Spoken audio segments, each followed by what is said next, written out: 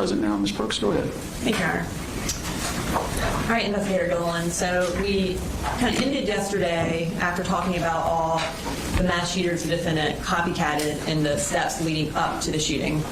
Did he also copy or mimic other mass shooters when he committed the mass murder at Apalachee High School? Yes, he did. Okay. So we're going to bring up this graphic. Can you kind of generally tell us what this is, and we're going to get into more specifics as we go through it. So this is a chart that was created. The left-hand side's gear, and so it's different types of gear that was present or used during the shooting at Apalachee. And then each column is a different shooter, ones that we talked about, one that we didn't really talk about. There's a check mark if each one kind of had the same thing. So if you look at the top column, an AR-15 firearm was used by all of the mass shooters listed on the chart. And then going to the next one, the .223 rounds, was also used in all of the mass shootings. And specifically when we're talking about the type of ammunition used, did the defendant specifically reference why he was, I guess, going to use this particular ammo? Yeah, so this slide shows more Discord records from May 20th of 2023. And he says, sadly, ammo prices are going up. I've stocked up on .223 rounds, the same rounds Adam used in the shooting, referring to the Sandy Hook shooting. And ultimately, is that the type of rounds that the defendant used when he committed the mass shooting at Apalachee? Yes, ma'am.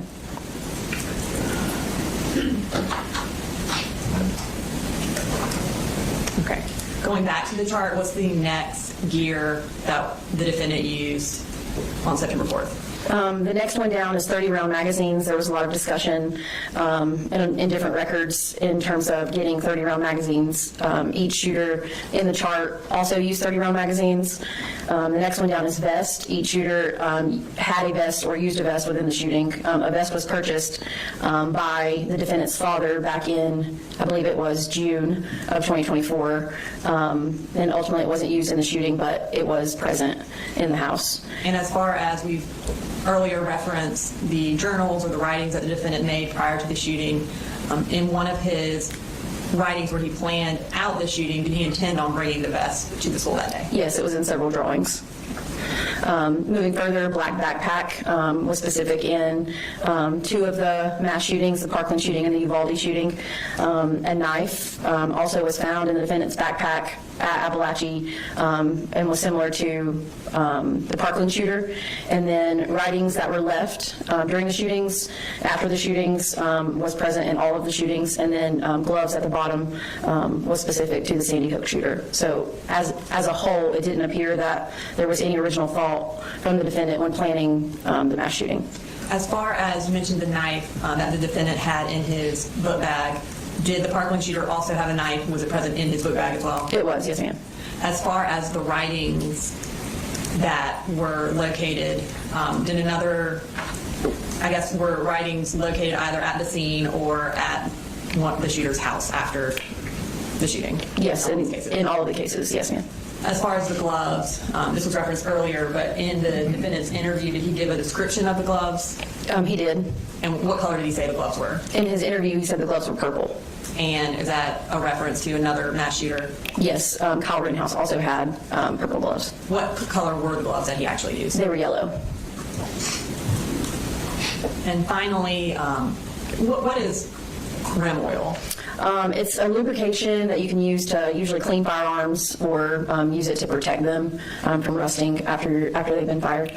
And did the defendant, was he the only one of these various mass shooters who brought rim oil to the shooting? Yes, that's correct. And can you explain this, based on your review of the records, was there a reason why he brought that? It appeared to be. So in the Google records, there were a lot of Google searches referencing gun jamming drills, what to do if your gun jams. And in a lot of the research that we showed previously yesterday, in a lot of those documents, it talked about a couple of the mass shooters experiencing malfunctions during the mass shootings. And so I believe this was placed in this book bag for a reason. Essentially to ensure that there would be no malfunctions with the firearm? That's correct. Now, prior to the shooting, the day of, Did the defendant mimic any other actions of other mass shooters? Yes. And specifically, let's talk about some text messages that he sent. So the Parkland shooter, this is part of the documents that were saved on the defendant's computer and cell phone, showing the Parkland shooter's text message activity on the day of the shooting. So it says, only text to his ex-girlfriend were hello, and it's very important, and she didn't reply during the hour. And then at the bottom, he tells JT, which I believe was his brother, that he has something important, to tell him something important soon. So in the defendant's cell phone records, these are actually text messages to his dad. The top one says, I will text you in about an hour, and this was the day of the shooting at 8:30 a.m. And then 1 second after that, he says, it's important, so please answer when I do. So I found that these were very similar in saying that there was something important soon coming, and they were texting their loved ones. And both of these texts to loved ones, did they occur short in time before each of these shootings occurred? Yes, ma'am.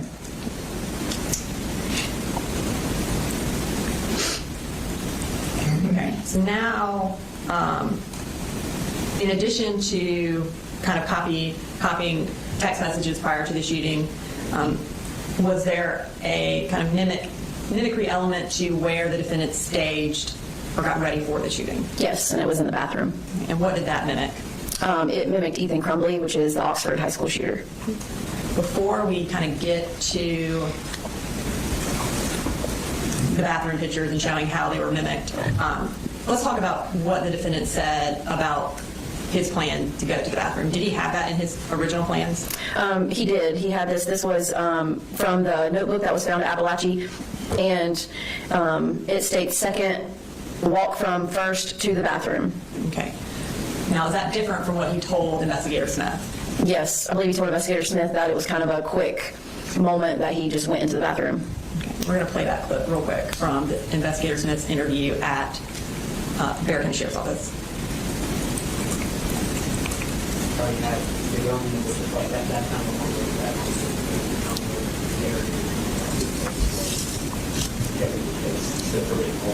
So I did that, and I walked out, for 45 minutes, in class. And that's when I was on the path, but like I quite literally just made a quick U-turn, just completely I went to the bathroom. Now, let's bring up this next slide. Tell us about this. These were on the left-hand side. This is the Oxford Township shooter, where he left his backpack and writings in the bathroom. And then on the right-hand side is the defendant, is the photograph from the crime scene, where he left some items in the bathroom. Okay. And you mentioned Crumbley left his writings in the bathroom. Where did the defendant leave his again? In the classroom. Okay. Now, the defendant actually left his book bag in the hallway. Did he have a different place where he actually planned to leave it? Yes, in that same writing that we saw earlier, further down on the page. It says, set backpack to the side, pick up rifle with right hand, open stall door with left. So it appears as if he meant to leave his backpack in the bathroom as well. And so his plan was to mimic Ethan Crumbley even more than he ultimately did. That's correct.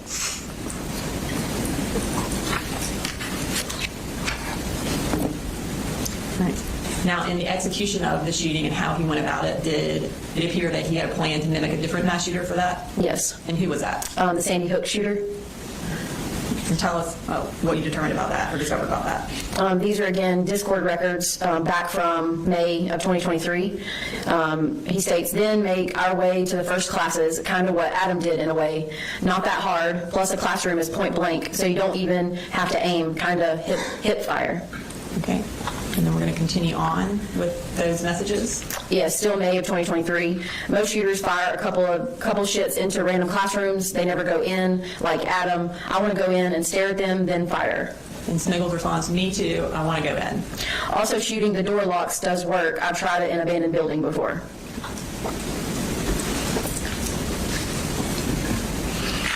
Okay. And so now we're going to move to our final category of evidence of intent and motive. And what is that? Motive seeking fame. Okay. All right, so we're going to start with the defendant's interviews with Investigator Smith. Did he indicate whether or not fame or notoriety was something that he wanted out of this? In the interview with Investigator Smith, he indicated that he did not. Okay. So we're going to play clips from both the first interview and the second interview at this time. Sometimes be known for this stupid shit. Do you think it's because, you mentioned this earlier, about the attention? Do you think it's the attention? Not at all. Keeps the voices away? I personally thought that every true crime that I researched, people doing it for notoriety and attention, that was just absolute bullshit, and I thought it was really childlike. So in the interviews, he indicates that this isn't for attention. What motive did he say in the interview was the reason why he did this?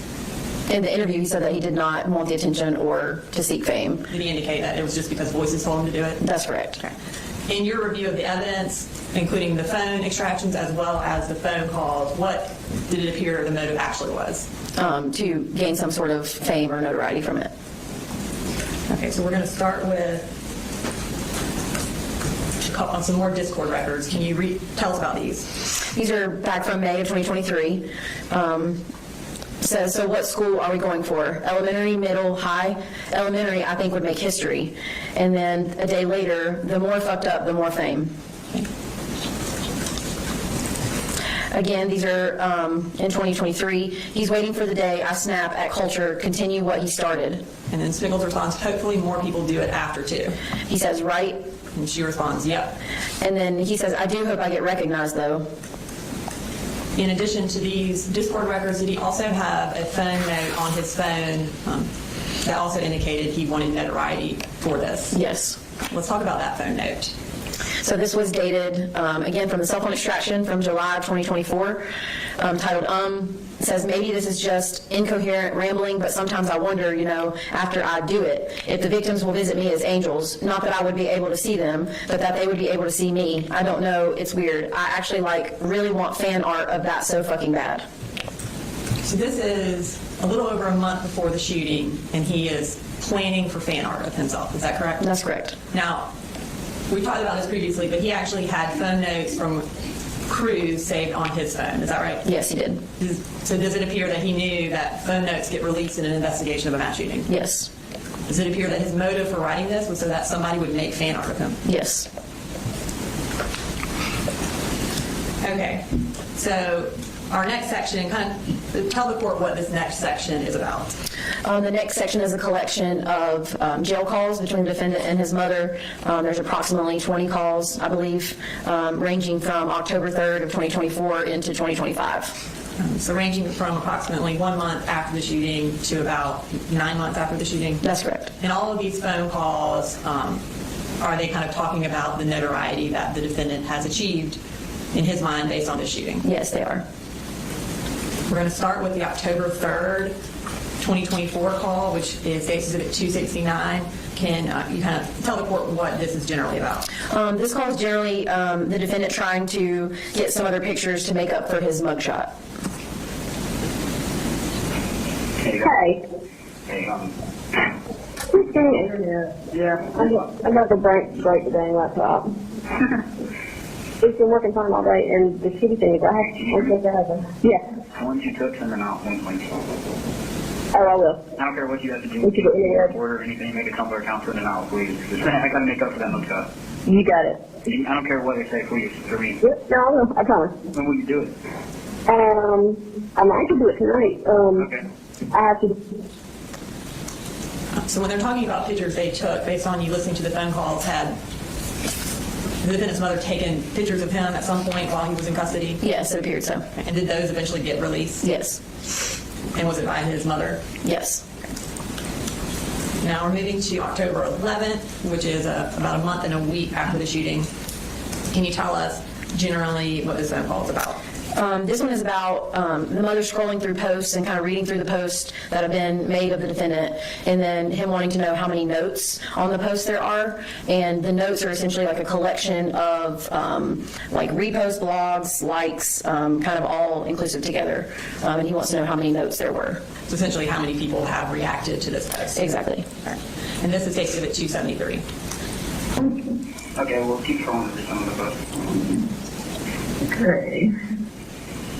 And then the next one, I think the next one was the original one with all the many pictures. Oh no, there's nothing. There's one on here now.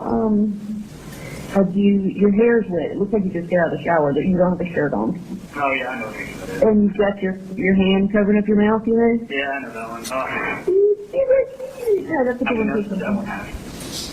All 393 notes. Oh, my God. Wow. It says recent, but it's not just that one picture. It's 1, 2, 3, 4, 5, 6, 7, 8, 9. 9 of the pictures. And it says recent photos of Colt.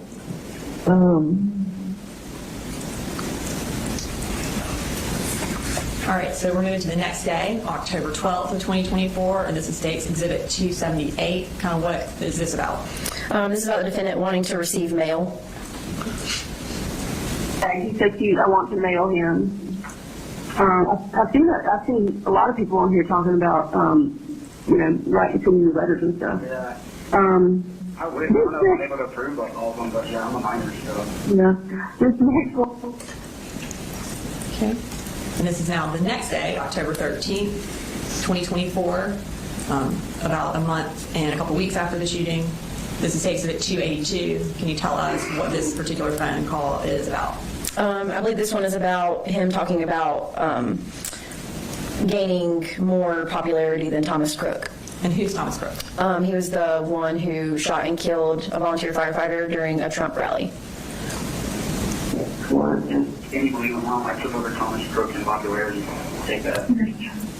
Well, you should have it. And wait till I get out some more pictures, whatever pictures you want to send. Because, okay, I'll call you. yeah, whenever you call me out, we'll go over some more, because there's some more pictures and posts. I love you. Yeah. So after he tells his mom, take that to becoming more popular than Thomas Crook, do they also then talk about releasing more photos or sending out more photos of them? Yes, they do. And again, based on your kind of research, what would be the purpose of them sending out photos of the defendant? In terms of just gaining some sort of popularity.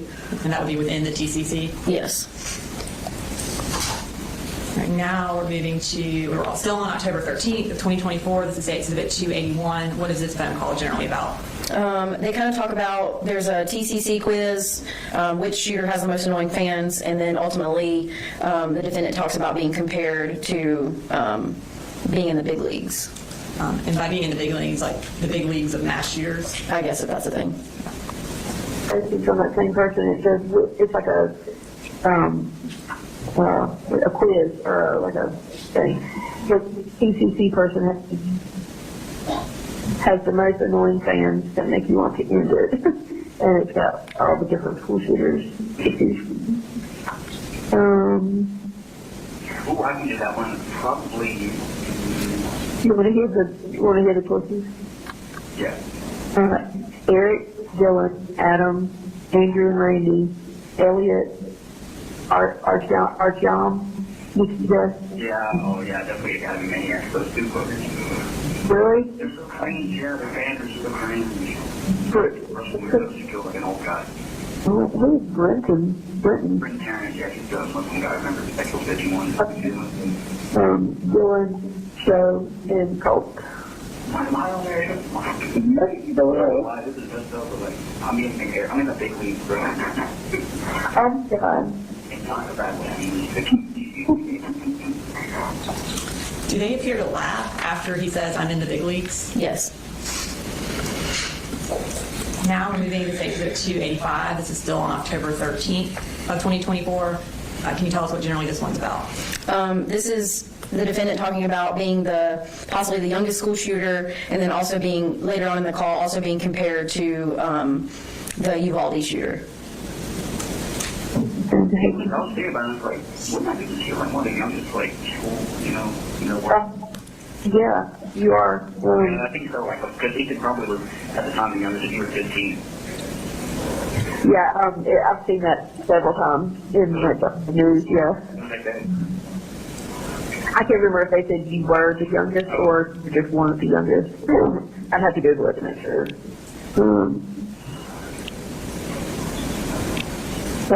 Here's a post 3 days ago with some of your selfies. It says the new suspected Colt Gray photos give off Salvador Ramos feels. True, because like Mandy and Caitlin said I look like Sal so much with my dark hair. Salvador knows is the raw element and cool guy. Okay. Just look up somebody to tell me. With the dark hair, I can see it, to be honest. Salvador Ramos. It's kind of weird though, because I'm gonna be honest, like most of the TCC girls, like who aren't like minors, they honestly give off really big keto vibes, so I know they're probably having a fucking field day with me. It's messed up, but it's like, well, You have 1 minute remaining. Salvador Ramos really does look like you a lot. That's crazy. All right, so now we're moving to the next day, October 14th. This is State's Exhibit 286, and what generally is this about? This one is generally about the defendant asking if his mother has made a shrine of him yet, and about getting copies of photos and bringing them and printing them out. no, I'm gonna get a FaceTime. You can show me the art stuff. Heck yeah, because then I can show you all the pictures. Oh my god. I got so many new pictures that I can That's show all you. your gallery is. But yeah, pretty much from the last like couple weeks.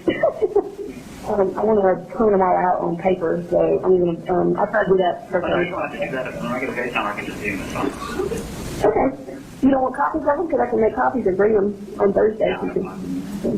So I'm gonna print some out just for myself. Oh, okay, that's fine. That's the background on my phone right now is the picture of you as a fox. I see that. Oh, the furry one? Yeah, the little fox bird. Okay, fine. Yeah. He's so freaking cute to me. Have you made a shrine? What? Have you made a shrine for me yet? No, I started trying to print them out the other day on the new printer, and they're out of like colored ink, something like, of course. So I'll probably just go to Walmart and print them out, put them on a jump drive or something, print them out for them. But then I would make my poetry shrine Okay.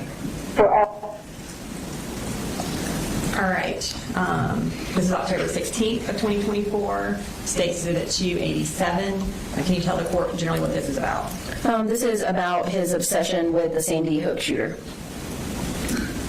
I guess you might maybe your name is hashtag. Oh, here's another cute one. Okay, so here is another drawing. Somebody said, "Can you draw Colt Gray eating a burger?" And so,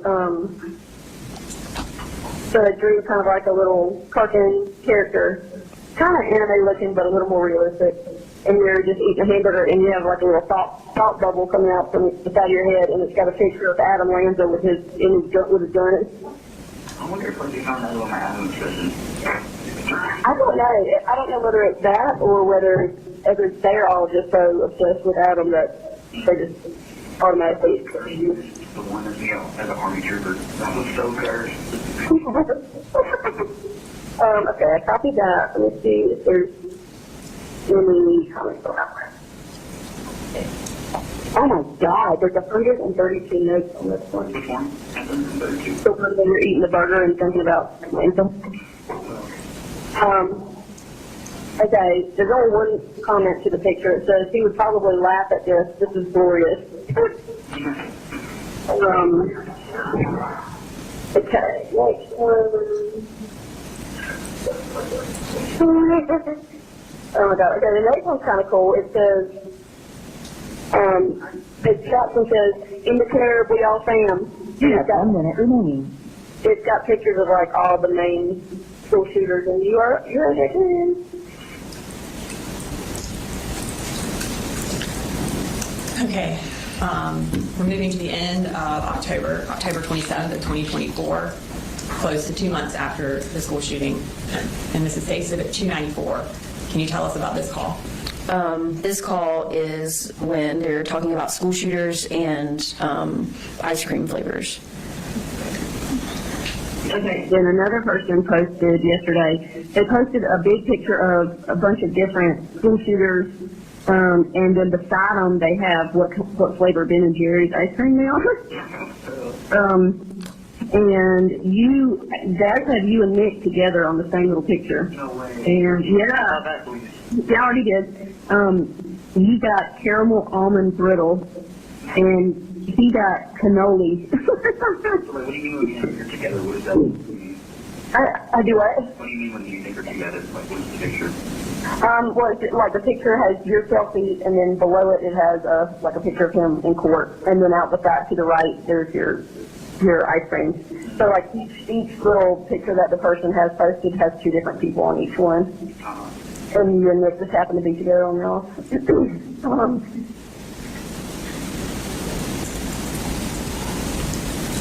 All right, so again, October 27th, State Exhibit 20, or 295. What are they talking about here? This one, they're talking about a BBC documentary. And is this something that the defendant's excited about? Yes.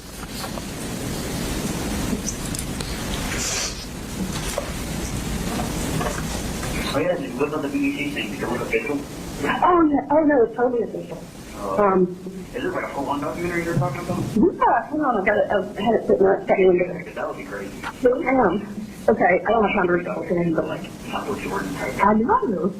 Okay, so George, I hope this letter finds you well in the circumstances. I'm Harry, a producer working in the BBC's current affairs department and predominantly based in London. We've been closely following what is happening with your son and 1 minute remaining. and his father over the last few weeks. Firstly, I wanted to say I know this will be an incredibly trying time for your family and you may not feel ready to talk or tell your story, which I fully respect. But I will be upfront. Due to the extraordinary nature of what happened and the charges pressed against Colt and Colin, we want to produce a film examining this case.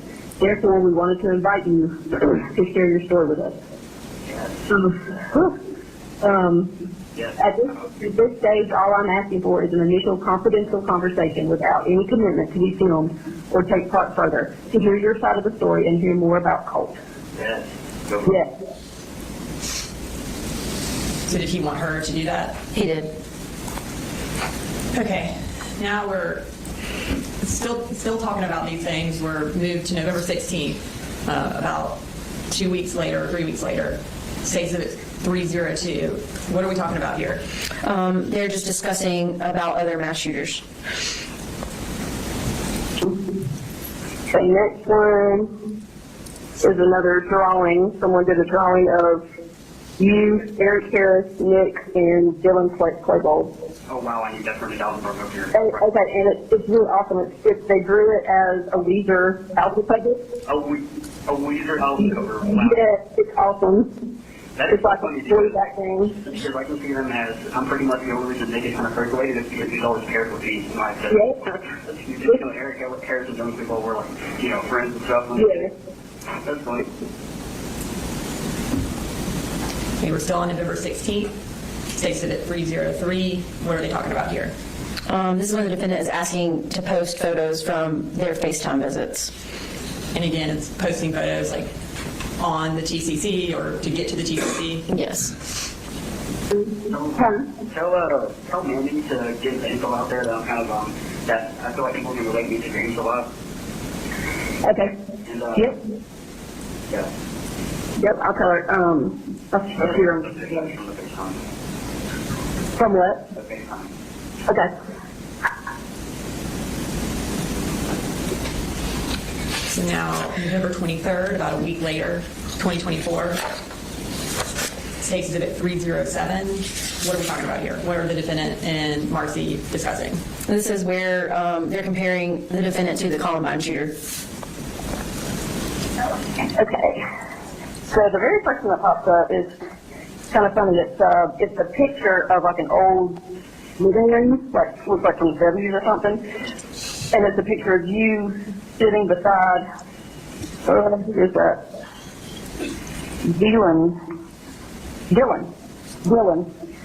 Colt and Dylan. Y'all are sitting beside each other, and it says they're talking about the JQ. You know what I mean? I have no idea. Yeah, I want to do it. Yeah, I will. That's crazy. Do you ever see like part of me and like one of the Columbine shooters? Yeah. We kind of look alike, like really. But So just to be clear, did he actually say, did you ever think you'd see me drawn with one of the Columbine shooters? Or see art of me? Yes, ma'am. All right, moving to State Exhibit 310, which is November 26th of 2024. This was around Thanksgiving. What's this call about? I believe this one is also mentioning big dogs again. This first one is, looks like it's like a pistol sketch of different school shooters, Gerald Mayer, Adam Dillon.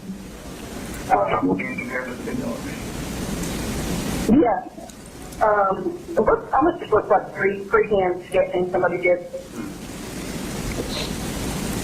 Right now, we're moving to State Exhibit 314, which is November 28th. Tell us what they're generally talking about here. More about posting pictures.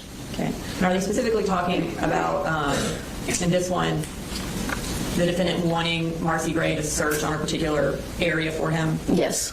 Is that the Reddit mass killer site? Yes. Okay, you want me to search for what? Go to r/mass killers. Or, Just actually type r/mass killers. so that one? Don't actually say r/slashes or stuff, and it'll the stuff will pull up. Okay. Yeah.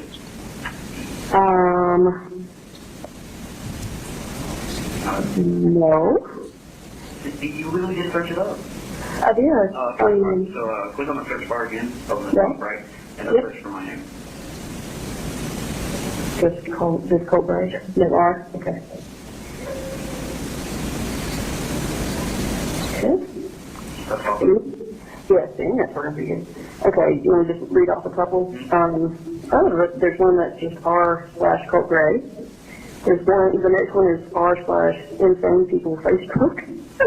No, go to r/mass killers and search it up. Because if you're a sub, if you're on the sub page, you're searching up stuff in the sub. Yeah, but I'm telling you, when I typed in our mass killers, it didn't tell you On the that. top of r/mass killers is 185,000 members in the subreddit. Okay, spell it. Mass killers. K-I-L-L-U-R-S. Okay, wait, that's different. I was trying to do Killers with no say. Yeah, you're dyslexic. killers. I thought you were saying masculars. Killers. God. That's not my fault. You're speaking clearly. I guess I'm randomly going to tell you to search up masculine. Okay, there's no, Are you on the front page? I'm on the list of posts. All right, look at the search bar again up there, and it's decided to say r/mass killers. Say that again. Okay, you Say r/mass killers, but it's in the search bar. got it. Okay, so now, for the next day, November 29th, 2024, this is State Exhibit 315. What are we talking about here? This is when he is telling his mom to tell his grandma to get her internet speed up for her celebrity grandson. And his grandmother's at Deborah Polhanas. It is, yes. When Marcy is talking to the defendant, are there times where his grandmother's around and that you know she's around based on the conversation? Yes. Is that a lot of the time, some of the time? Prior to, I believe, February of 2025, it was some of the time.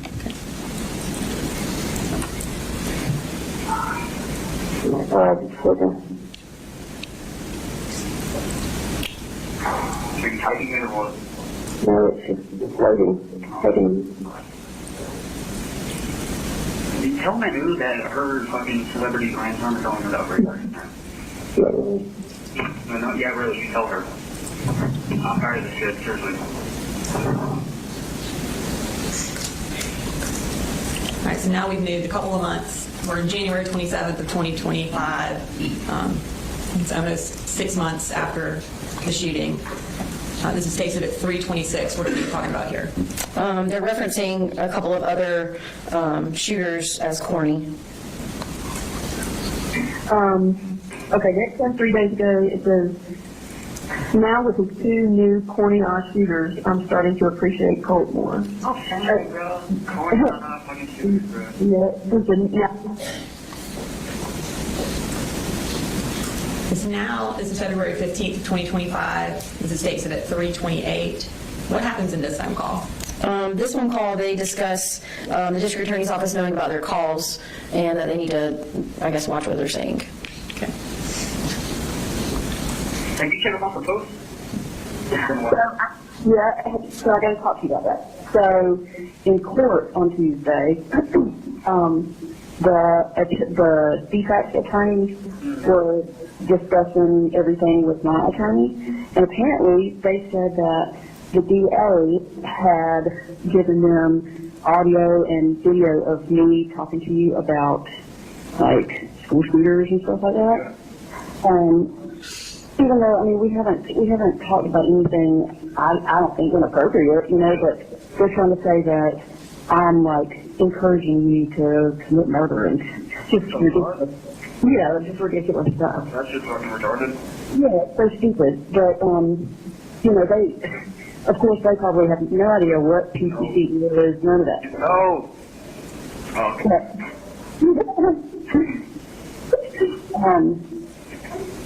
So anyway, so one day saying. So he gave me a sugar pie of hard candy with a Nazi symbol on the back, right?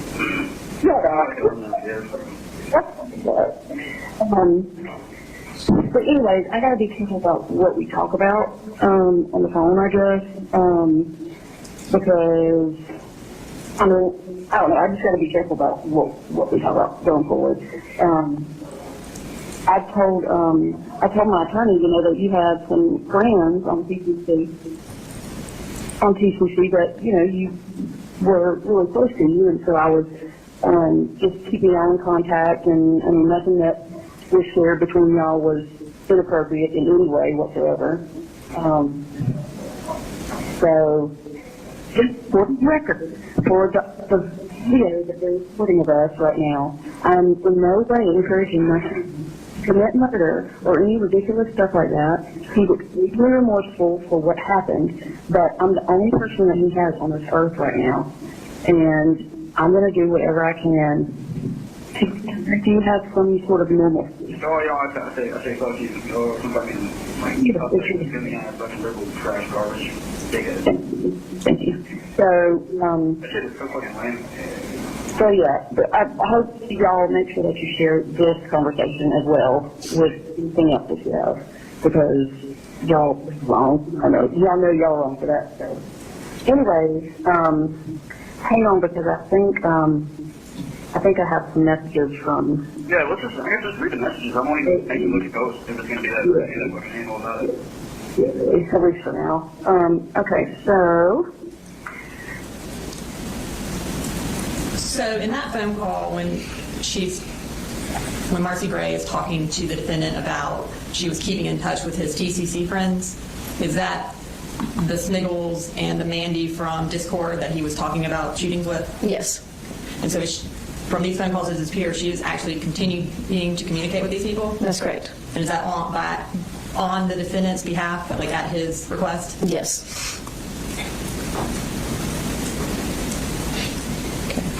So now we're up to March 15th, a month after Ms. Gray indicated that they needed to stop discussing these types of matters. This is 2025, stays at 3:30. What are they talking about here? Wanting to know what the TCC is saying. Like about him, I guess? Yes.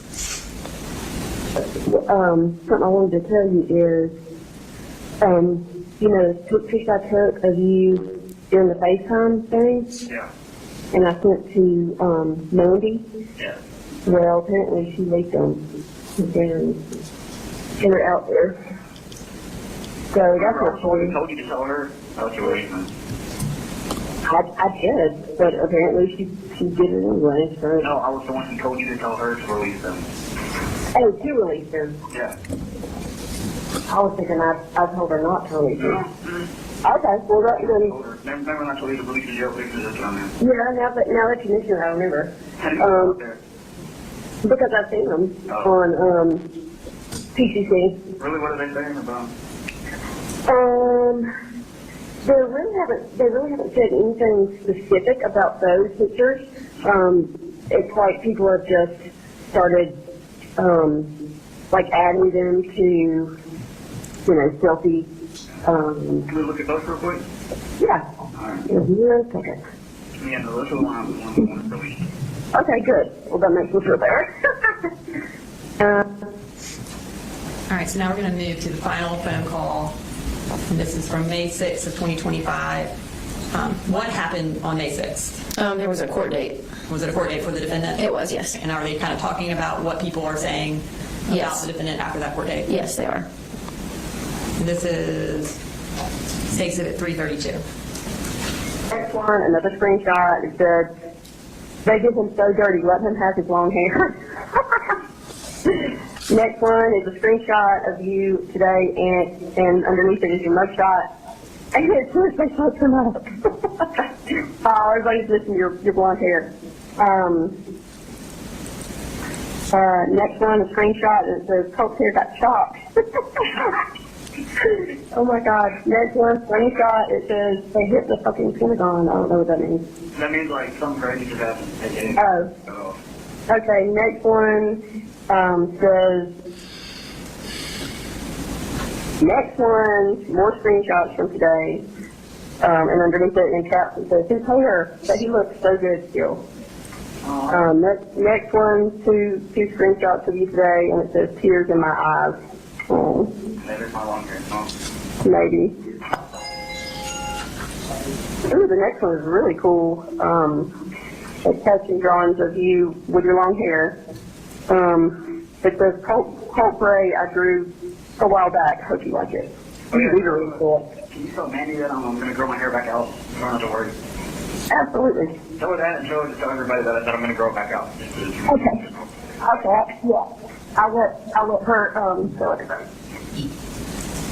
So at the end of that, is he giving Marcy instructions on getting more information out to the TCC about himself? Yes, absolutely.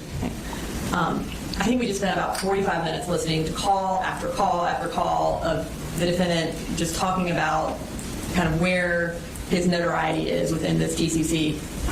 Is this just the tip of the iceberg? Is this all they talked about every time they talked? Yes. Okay. Do they appear to ever get tired of talking about it? No. All right. So that was our last jail call. We're going to move to this final little portion, or little section of the presentation.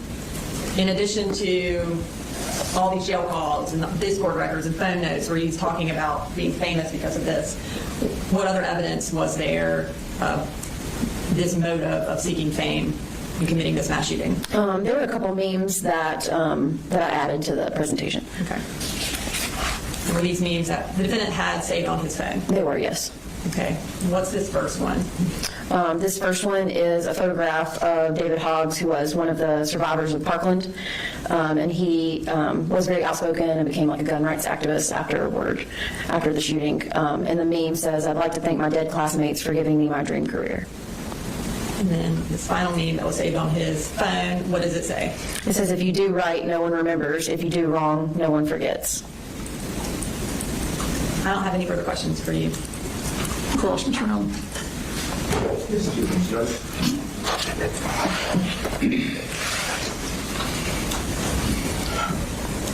Colt during this time, for 23 through 24, was 13 and 14 years old, right? That's correct, yes, sir. And those phone calls with his mother, she's engaging, she's interacting with him. Yes, sir. And she's kind of like she's encouraging him, right? It appears so. But now, this is the same mother who a few months earlier tried to threaten him, right? I believe so. And you had worked on a similar kind of presentation for Colin for the trial, right? Yes, sir, I did. And in that one, you were juxtaposing some of his texts and some of his searches to show how his actions related to Colt's actions, right? You're talking about Colin Gray? Yes. Yes, sir. And in that, you outlined the various times Colin failed to get help for Colt, right? That's correct, yes, sir. And how he never followed up with any of the psychological services that they had discussed. That's correct, yes, sir. And there were some texts where Colt was asking for some help with psychological services, right? That's correct. And within that, we also saw Colin had done searches for safes, but by ammunition instead in his Google searches, right? That's correct. Okay. So now we've got conversations with Colt, with his mother, and they're actually interacting positively, even though it's a first talk, right? I think that's questionable, but if you say positively. I think they're not fighting with each other. They're on the same page about these conversations. They're not fighting, that's correct. And she's not threatening them. That's correct. And even though the topic is something that they shouldn't be doing, they're still getting along. They're interacting together, yes. Right. And she was not the only person that called him during that time, was she? No, he spoke with his grandmother as well. Okay. And did he also speak with an aunt? I believe a few times, yes. And those conversations didn't have the same quality with the notoriety aspect, getting pictures out aspect. That's correct, yes, sir. Okay. So that was only with his mom. Yes, sir. All right, you should be excused. Just a brief follow-up.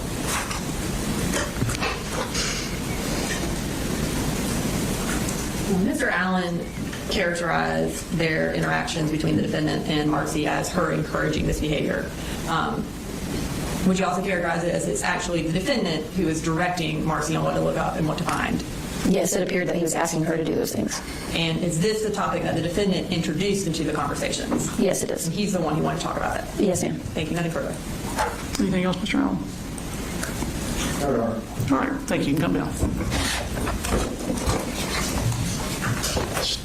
Does the state have additional witnesses? All right. State rest, why don't we go ahead and take 10 minutes and then we'll proceed with whatever the defense says. I did have a witness that we were going to appear about soon, and I have not yet gotten a link to get to him. I'm being told it was sent yesterday.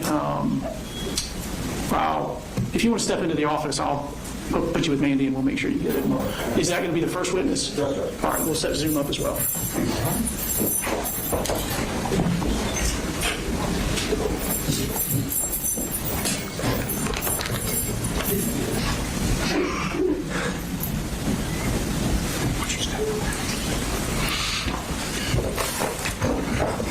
Please stand and raise your right hand. You solemnly swear or affirm the testimony about to give today will be the truth, the whole truth, and nothing but the truth. I do. Please lower your hand, be seated, and introduce yourself to the court. Hi, my name is Candace Gross, and I currently serve as the State DFACS Director and the Commissioner of the Georgia Department of Human Services. Now, Commissioner Gross, how have you gotten involved with this case with Colt Gray? I became involved with this case when he was placed briefly into foster care. And do you remember approximately what time range that was? He was placed into foster care on October 6, 2025. And as Director of DFACS, is it normally within your purview to deal directly with the children in care?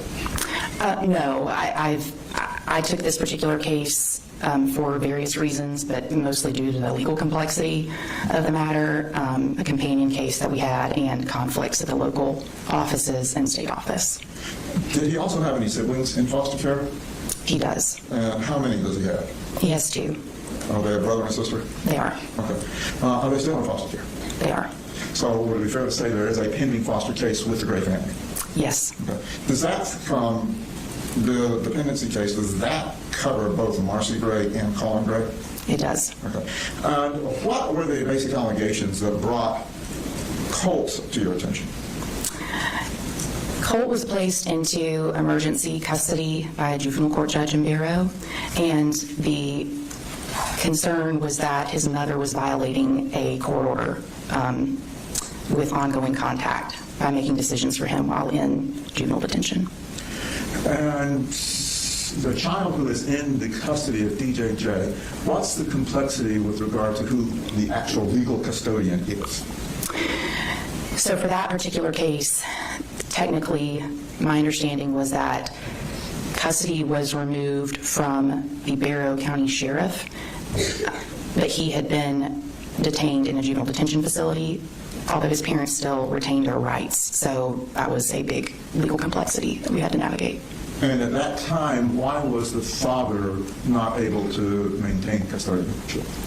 Another court order that he could have no contact. Okay. And was he also incarcerated? Yes. Okay. And at the time Colt came into care on October 6th, was his mother incarcerated? I don't believe so. Okay.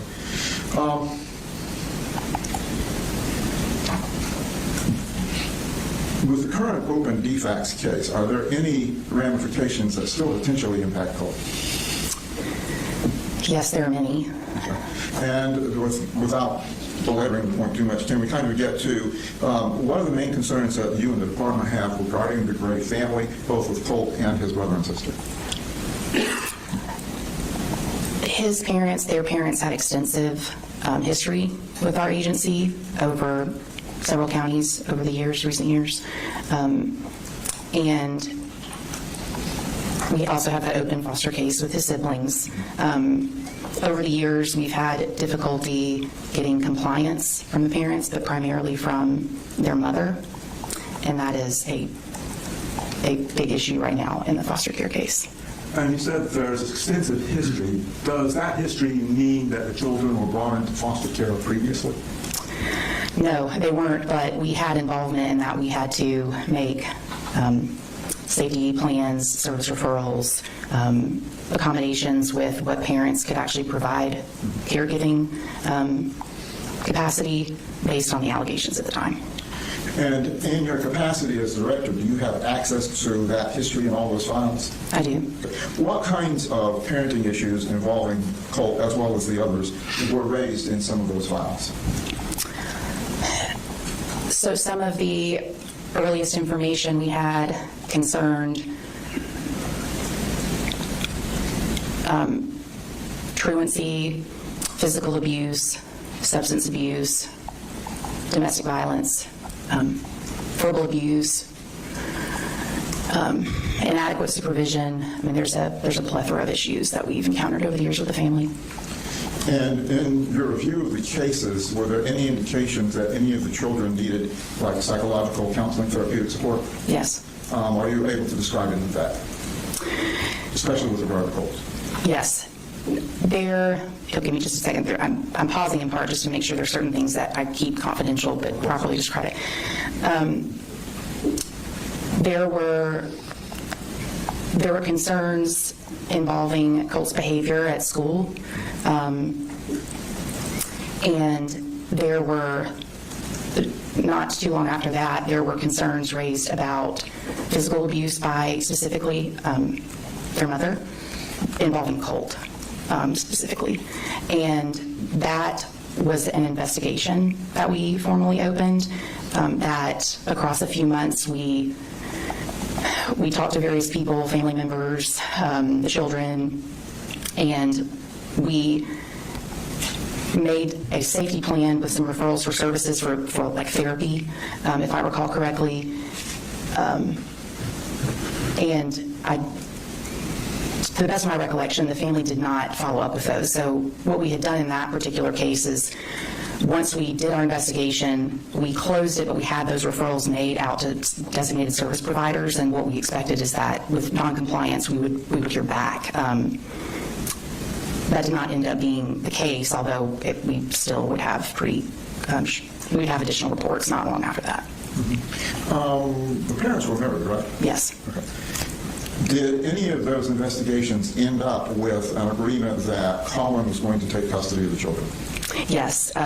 We had a case that went from a formal investigation to what I believe is a family preservation case, but essentially the way that it worked is we looked into allegations of domestic violence, substance abuse issues, that the children had been locked out of the home, physical abuse targeted at Colt, some verbal abuse, and that case ran from November of 2022 to, I believe, the end of October 2023. And at the end of that case is where, because of several failed drug screens by the mother and essentially corroboration to an extent by collateral sources that the children were facing abuse, but Colt in particular, that's when we went ahead and place the children with the father since he retained his legal rights. We try to avoid foster care if we can, if we don't have identified issues with a parent that is able to take care of them, which is what our assessment was. Now, as a frame of reference, can you outline for the court how a general investigation of that nature would take place? How it would go from investigation to family preservation to a custody agreement? Generally, what happens with any defects case is that we're going to get a report that alleges child abuse or neglect. It'll be specifics that that serves as the basis of what we investigate. If we actually have enough information to assign it for investigation, that's what a lot of people understand to be like child protective services.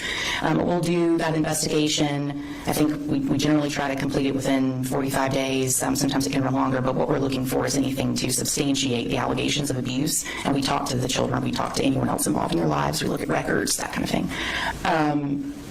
We will unsubstantiate or substantiate the claims, and then at that point is when we decide if we need to stay involved or if we can safely close the case. In this particular matter, we After we determined that there were still ongoing safety issues, we moved the case to that family preservation services type that I described, and that's when we're trying to deploy interventions that can mitigate ongoing safety concerns. How do you determine if allegations are substantiated or unsubstantiated? It's going to be a combination of sources. So we're going to look, we use a preponderance of the evidence standard, but what we're looking at is information that we gather from the children, from family members, from parents, records, like school records, medical records, different types of interviews and written sources to look at that and see if it meets the standards of the allegations that were made, but we may also uncover new allegations that, based on the evidence, we end up substantiating. And does substantiation necessarily mean it gets into court? No. Okay. So in this case, you're talking about in 2023, Colin got custody of all 3 children? I wouldn't describe it as him getting custody necessarily, because he still technically had it as they were married. I think they remained married. I could be mistaken. But what we did was we worked out a plan where the children would be with him, and he would be expected to limit contact, prohibit contact, essentially. In a case like that, would the department do follow-up visits with in this case, the father, if the safety plan was for him to maintain custody and limit mom?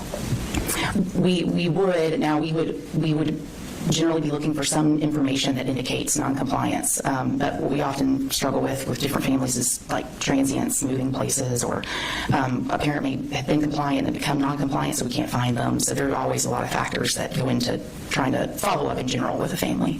How does a change of jurisdiction, say from one county to another, how does that impact your ability to maintain any kind of follow-up? Well, in that particular case, we actually had what I would describe as like dueling county involvement. So at times we'd have Jackson County DFACS checking, we'd have Ben Hill County DFACS checking, but and technically all of our staff have got access to the same system, so we can see records regardless of where the family may be located at that time. But if we don't know where they've gone and we can't seem to find a credible source of it, then we really get stuck unless we can find a neighbor that tells us where they've gone, or a family member, something like that, that could give us a new lead. And you mentioned Ben Hill County. Is that where this particular case started? I believe that it did, yes. And following up with Jackson County, did DFACS or your office have any irregularities that they were concerned about after 2023? Can you say that one more time? Did your office in Jackson County have any irregularities or issues that they were concerned about following the children going up with Dad in 2023?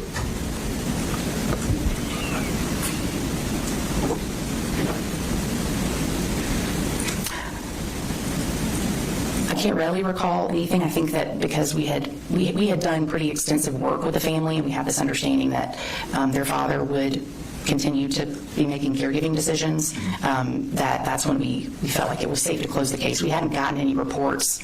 I don't believe we'd gotten another report for the lifetime of that case, in fact. And that ran from, again, November 2022 to, I think, when we closed it technically on Halloween 2023. And the case then that brought Colt into care on October of 2025, was there an open DFACS investigation on the other children prior to him being involved in it? Yes. And how did that happen? The children came into foster care at our request on September 5th, 2024. So was it directly related to the shooting at school? It was, but also because of the prior history of the family. It became pretty clear to us very quickly that the mother was still very involved in their lives, and the severity of the issue meant that we went ahead and requested custody. We also we didn't feel that we could vet alternatives to foster care, like family members and others, quickly enough, and there were some concerns, so we went ahead and requested emergency foster care. And that was a month before you brought Colt in? No, so his siblings entered foster care September 5th, 2024, and then Colt was placed in foster care October 6th, 2025. Okay, so that was over a year. Yes. Okay. And in that intervening year, did your department have investigations ongoing that raised concerns to you regarding both those children and Colt? Yes. And what kind of concerns were those? There were various concerns. There were concerns about inadequate supervision, inadequate food, shelter, medical care for all of the children, educational neglect, ongoing substance abuse, in particular by their mother, threats that she made against Colt in particular. I mean, there was a significant amount of concern that we had to look into. And at that time that you brought the other children into care, was the department aware that Colt was in DJJ custody? Yes. Okay. Was the department aware that Colt and his mom were having regular communications during that time? Yes, we were. How were you made aware of that?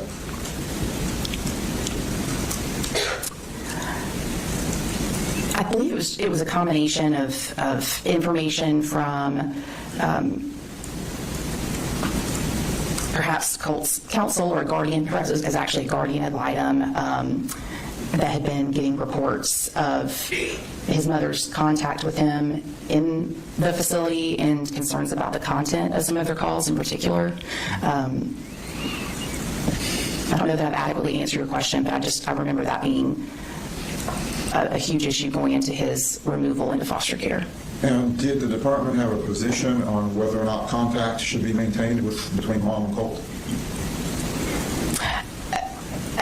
Our position, at minimum, was that she was expected to comply with a court order, and I believe the court had issued a no-contact order between her and Colt in early July 2025, maybe end of June, somewhere around that time. There were concerns then about the calls that were being made, the content. Colt was not doing well.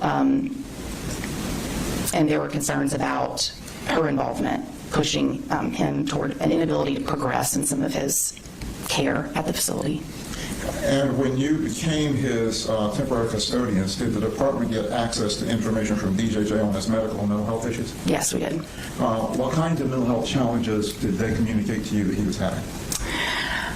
The records were pretty extensive that they provided to me to review. So what I could see was that from essentially intake when he arrived for detention, he was getting workups. He's being fully evaluated for general health concerns, vision, like a well check, dental care, and then mental health needs. And that's where, not too long after intake, like within a few days after intake, he was describing what he said he believed were undiagnosed mental health issues, and talking about, some of the prior things he's experienced, things that he was experiencing then, suicidal ideations, self-harm. And the self-harm, too, was pretty quickly documented in the records. They could see that he... Normally for children who are in care, is DFACS responsible for making sure they get appropriate mental health as well as physical, medical issues, etc.? Yes. And would that mean that you and your department and DJJ would need to interface to make sure for your responsibility that all that was being complied with? Yes, and we did. And during your review of the information that you got from DJJ at that time, were you able to determine whether or not appropriate measures were being taken for his mental health? I was able to make that determination. I'd be remiss if I didn't mention, even though he entered foster care, and that was really also when I was trying to do my initial safety assessment, that's a component. I was doing these things at the same time. I also was asking basically any healthcare facility I could think of under the sun if they had any records involving Colt, because I couldn't really get great leads on where he got in care. He was telling me he hadn't gotten anything except for maybe an eye check. He didn't recall going to any doctors over the course of his life. So I was sending those requests out, and I was also collaborating with DJJ staff to look at what they had. And did you find anything that suggested that he had appropriate private medical care prior to coming into DJJ? No. I was really surprised by the complete absence of care, because you normally don't see that. I mean, even with some families that struggle, you'll still see that maybe they've been the pediatrician, prior years, but I wasn't really getting any luck there. And during this time that he was in your care, what kind of other investigations were done by the department to determine what the family life and family structure was like? So I needed to talk to several family members, so I did. I talked to his grandmother, I talked to paternal aunts, I talked to internally in. I talked to the clinical team at the facility, the educational team, administrative staff. I reviewed all those records, and I was trying to discern. I was trying to discern, essentially whether he was safe there and was getting adequate care, and so I was looking at, what they had in their records at that time for diagnoses, treatment, any behavioral incidents, all of that stuff together.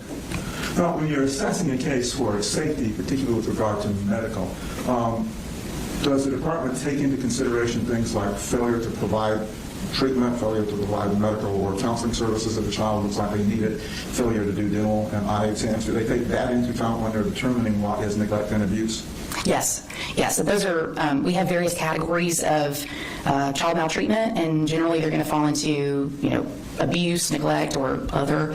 And so what I was looking at is all of that information together and trying to separate them out into whether I had enough, I'd met with evidence, the preponderance of the evidence standard for those different categories. And I ultimately did end up making several substantiations on both parents involving Colt. And what, if you can, what were the categories of those substantiations? So for his father, and again, this is focused on Colt in my case, for his father, I believe there were 11 categories that I recently substantiated for child abuse and neglect. And I'm going to make sure I get all this. So inadequate supervision, inadequate food, shelter, medical care, educational neglect, domestic violence, lack of psychological care. Let's see. There's a category for gunshot in our maltreatment codes, and that describes if a parent fails to adequately secure a weapon and it discharges. There were many poisoning. That's one that I substantiated on the father and mother. But overall, across those, and I would have to look at my notes to remember all of them, but I believe Colin had 11 different categories across abuse, neglect, and other. Imminent risk of harm is the other category. That's where if they fail to comply with prior cases and now the children are in harm's way. Marcy actually, I think, had 12 substantiations, so more than Colin, and the reason for that is that I found enough evidence that she was physically abusing him. There were several sources that got into detail about how he was the target of her ire for various reasons over the years. That's not to say there weren't allegations against their father for also physically abusing Colt, but I couldn't find evidence of marks and bruises like I did involving mother and Colt. Now, part of, as I understand it, the case manager's job is to go out and see the child as well as work with the parents. Did you ever go out and visit Colt? I did. Okay. How many times? Do you recall? I don't. I at least... we have to do monthly visits. Just depending on when it was, I would do monthly, sometimes twice. I think for the month of November, I ended up that my visit was like at the tail end of October and then beginning of December, so I didn't technically see him in November, but we also would talk on the phone, and I would stay in contact with with the staff there to make sure that he was doing well. Did his brother and sister have a separate case manager? Yes. Okay. And just to reaffirm, you're not specifically a case manager, you were just performing a case manager role because of the complexity of the case? Yes. Okay. And during your visits and conversations with Colt, did you ever get a handle on, from him and or from DJJ, what they were doing to address his mental health needs? I did. They would describe in the records, I could look at how his evaluations and diagnoses changed over time along with the medication. I could see where symptoms would wax and wane. I heard from Colt, too, about what he was experiencing. So I would ask him, generally, do you feel safe here? Is there anything you want to tell me? And let it be sort of led by him. Some concerns that I heard were that he was having a hard time sleeping. There were several self-harm incidents. They would adjust his medication. But for the best I can tell from the records, I think that he arrived in September of 2024 and for several months didn't have medication. They were still doing a lot of evaluation, but he was describing what he was experiencing and seeing or hearing, anxiety. At times he would say mania or psychosis, and they would adjust accordingly. And did the records reflect any improvement in his behaviors while he was being treated? Yes, Did you have an occasion to talk to the personnel at the YDCs? I did. And did they also reflect that he had improved while he was on medication?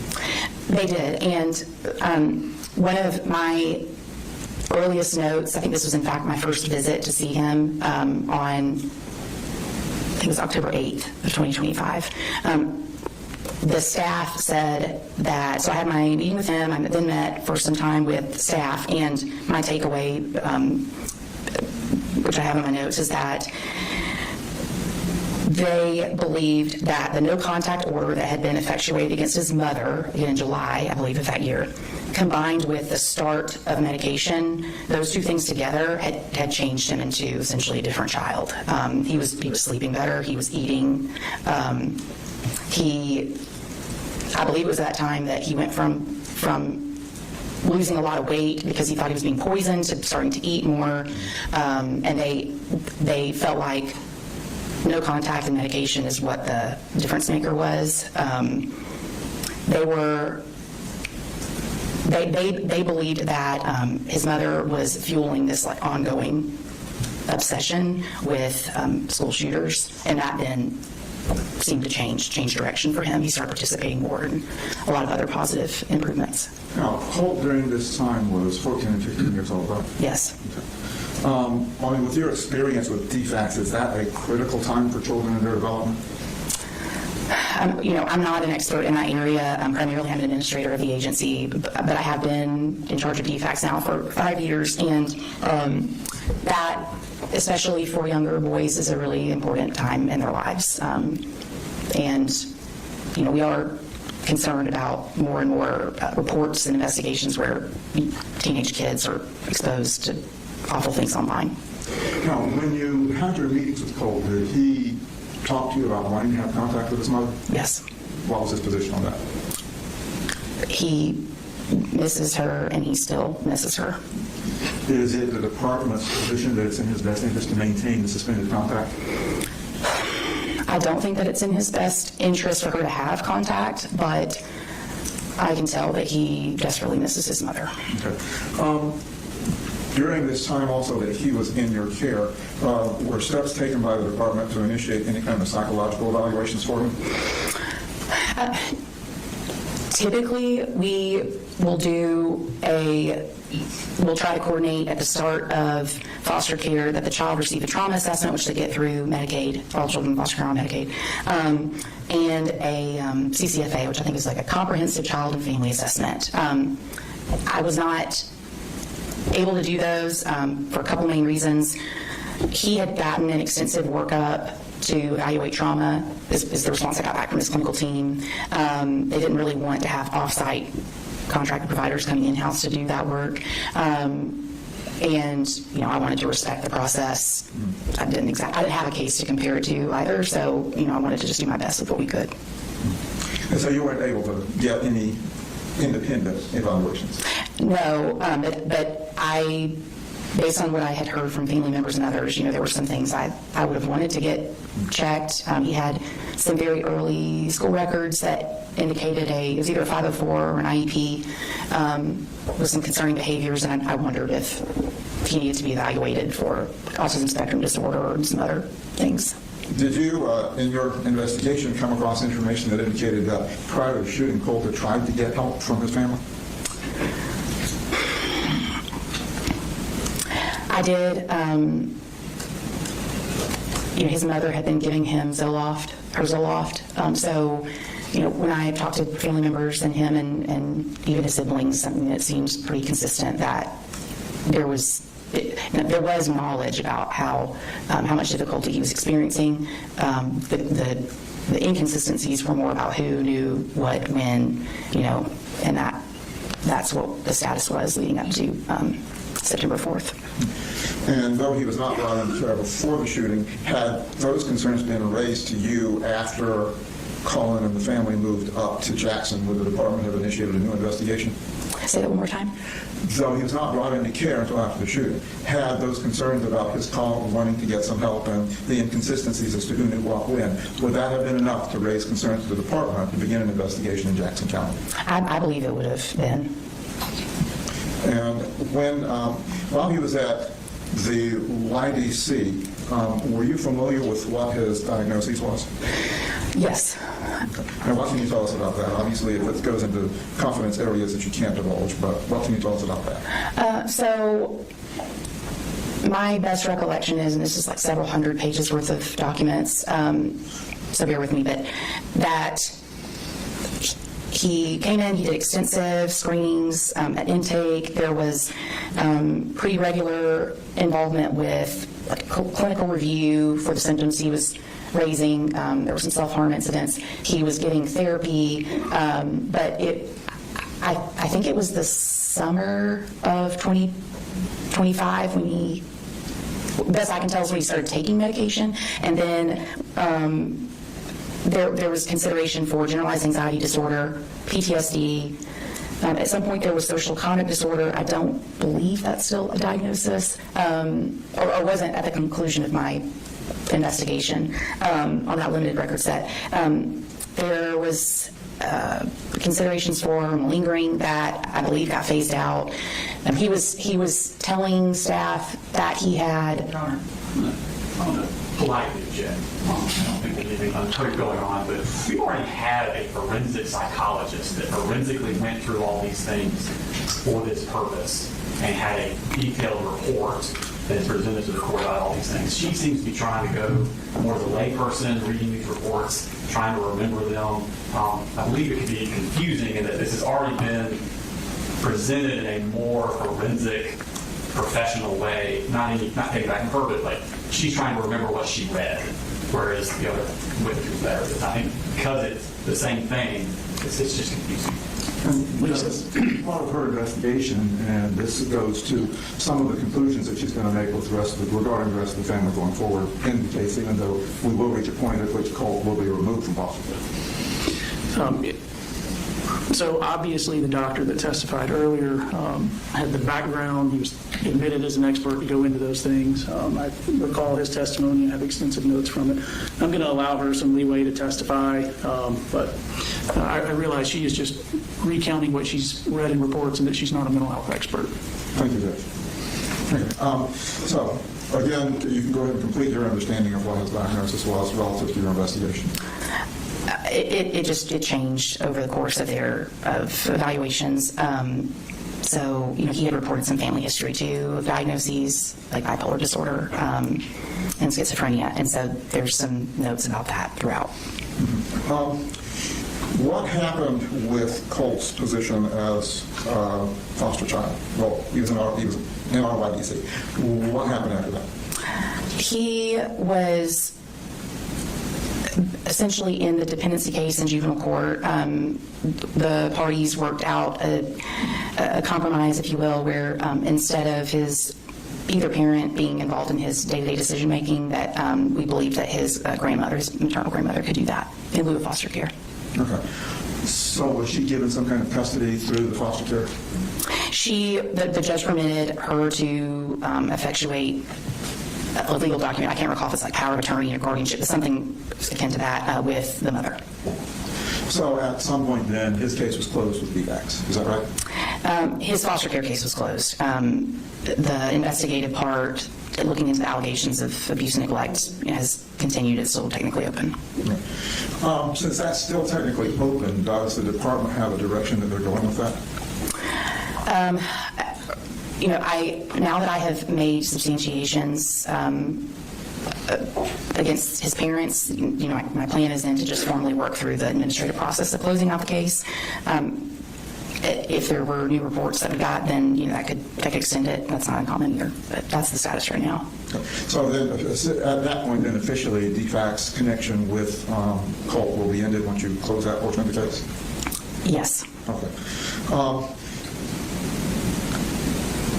As you reach your conclusion, would it be the department's position that it's in Colt's best interest to remain not having much contact with his family until his legal position is resolved?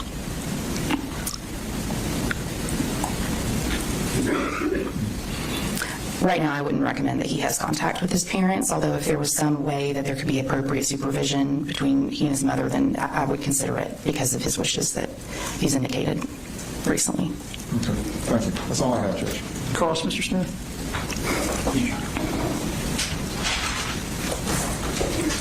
Hey, Mr. President. I'm Brad Smith of the District Attorney's Office. So just for clarification, when you say Colt's in foster care, that's more of a legal designation. He's not gone anywhere. He stayed in the detention center the entire time. That's right. Okay. And he's not currently in foster care. Right, okay. And that's a legal definition for like if someone needs to sign medical things and direct this kind of stuff. Yes, that can be a basis for it. Yeah. And you were talking about his mental health issues. Were you following the court's or the state's presentation of evidence over the last 2 days? Yes. Okay. So you're aware that all of the mental health experts that he dealt with at the facility had found that he was malingering and not truthful about his symptoms? An earlier clinician did. My understanding was that at some point malingering fell off as a diagnosis. I don't know what the current status is. Right. So the first, I think it was Dr. Dupree, his first psychiatrist, they did testing and found out, and she suspected that he was malingering. They actually did tests on him that confirmed he was malingering. He was turned over to Dr. Ackerman, which is a psychologist. He followed him, and all this time he's not being medicated for anything. And he found where he was malingering. And then he then said, we're going to take away the malingering because he's not saying he has psychotic symptoms at this point. And then he was turned over to another psychiatrist, Dr. Freeman, I believe. Judge, is there a question here? It seems like Mr. Smith is at the bottom of the moment. Correct?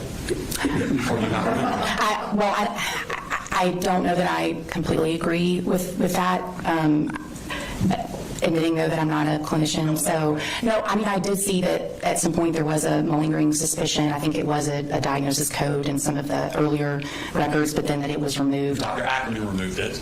That's right. And in some of my interactions with Dr. Ackerman and Dr. Freeman, they indicated that would happen, that they were trying to either rule it in or rule it out, and they thought it might, in fact, be ruled out. Again, that's a limited set of time that I was involved. But the only time that it was in the records it was ruled out was Dr. Ackerman. And then later on, Dr. Freeman found instances of him malingering to her, or him. I don't know what was beyond that data set, or record set. After that he was interviewed by his psychologist, Dr. Richards. Okay. And given tests when it was malingering then too. I haven't been in, I don't know what's in any of those reports. So we had 2 other doctors saying he was malingering after that Dr. Ackerman took off the malingering diagnosis. I believe you. I don't know. I wasn't involved in that process. Well, you told the judge that the malingering had been taken off, and I just want to point out that that's not correct. I understand. I'm sorry. My time was limited to a specific data set, and I just recall that being something that fell off as a diagnosis. Okay. So let's go back to DFAC's first involvement with the case. That started in August of 2021. That was, I believe, the first report that we received on the family. And that was on Colt had researched how to kill your dad on the school computer. Yes. And he would have been in 6th grade at the time.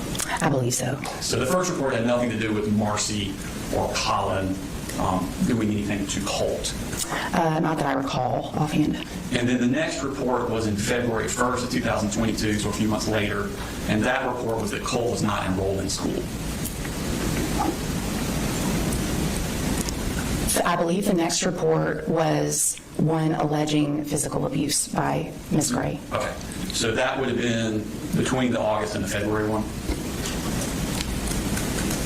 We had the initial August report that you described. We had a report that alleged physical abuse involving Colt, and then we had I believe it was in back-to-back. We had reports about truancy for all the children, okay. January, February, I'm sorry. Okay. So between the August of 21 and February 22, around that area is when you had the physical abuse. Yes, sir. And that was Marcy, and it was specifically that she slapped Colt, correct? It was, yes, that she slapped him and that he had a swollen lip. Okay. And then, so then you had, in February, all the kids weren't enrolled in school, but Colt specifically. I believe the report had for all of the children being that they were excessively truant. It was like over 20 days for each child. And then the next report came in, that was February, the next report came in that November. Yes. And that was Marcy being intoxicated. It was several allegations that I think was probably the primary one is substance abuse, but there were also concerns about the children's hygiene at school, the parents arguing, like domestic violence allegations, that type of stuff. And the domestic violence was between the parents with each other. Yes. Okay. And then fast forward a whole year to October of 2023 is the next issue, and that is Marcy test positive for drugs. That case, I think what you're saying is that case ran from November 2022 right to basically end of October the following year. Right. And that's because of a failed drug screen, one of a few, in fact. But Right. yeah. And then, so that was October, y'all gave the kids to the father. Yes. And then the case was closed on October 31st, 2023. Yes. Okay. So what we have here, the allegations are truancy, hygiene, and mom's using drugs. And there was one incident in 6th grade where mom slapped him. There was, for the case that involved the allegations of physical abuse involving Ron and Colt, it was more than one occasion of the allegations of hitting, but it was a very short case compared to the November 2022 to October 2023. That was back when he was in 6th grade. I believe so, yes. So in 2021 was allegation of mom physical abuse with him. Yes. But all you have substantiated is a slapping with the lip. And in fact, it wasn't substantiated. We had contradictory accounts from the children. So that was not substantiated. It wasn't. The children had different versions. Okay. Now, you said, you testified on direct that new things categories have been recently substantiated. Mm-hmm. What do you mean by recently substantiated? A DFACS investigation per policy, I think, is supposed to be completed within 45 days. It can run longer. It just depends on the case. Often, if you have history with a family, then you're not often. You have to look at all of that. And then if the current issue that you're investigating has multiple allegations, it can run longer. And in fact, mine did. So my substantiations were across multiple categories. And then I issued official notice, I think it was last Wednesday. Last Wednesday? Yes, sir. And when did you agree when was it agreed that you would be a witness in this case?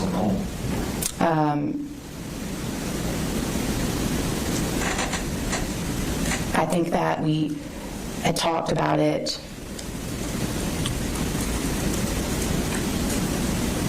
leading up to the start of this. I mean, I kind of expected a subpoena, so I've been preparing one way or another. And I knew coming that I could be called, but he asked if I would be here.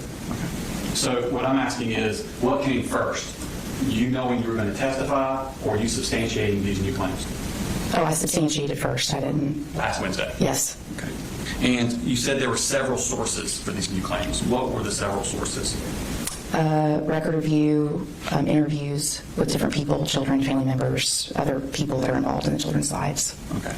So these several sources are Colt's family members? Not just that. I mean, it could be the guardian ad litem that is assigned to any of the kids. In fact, it was. And then I'm trying to make sure I cover everybody that I've talked to. DJJ staff. I mean, so it wasn't just family members, but that's generally the universe of what I recall. Process of substantiation, how long are we talking about where these sources came forward with these new claims? Oh, I mean, they're not necessarily new. It's just that I was trying to make sure that I did a thorough investigation into each of them, and it was just significant review of materials. Was it before or after Colt decided he was going to plead guilty and y'all knew there was going to be a sentencing hearing? I didn't know what his goal was going to be for court. Okay. I want to ask general, broad questions about DFACS and what y'all do, and thank you for what y'all do. How many children approximately does DFACS monitor for homelessness?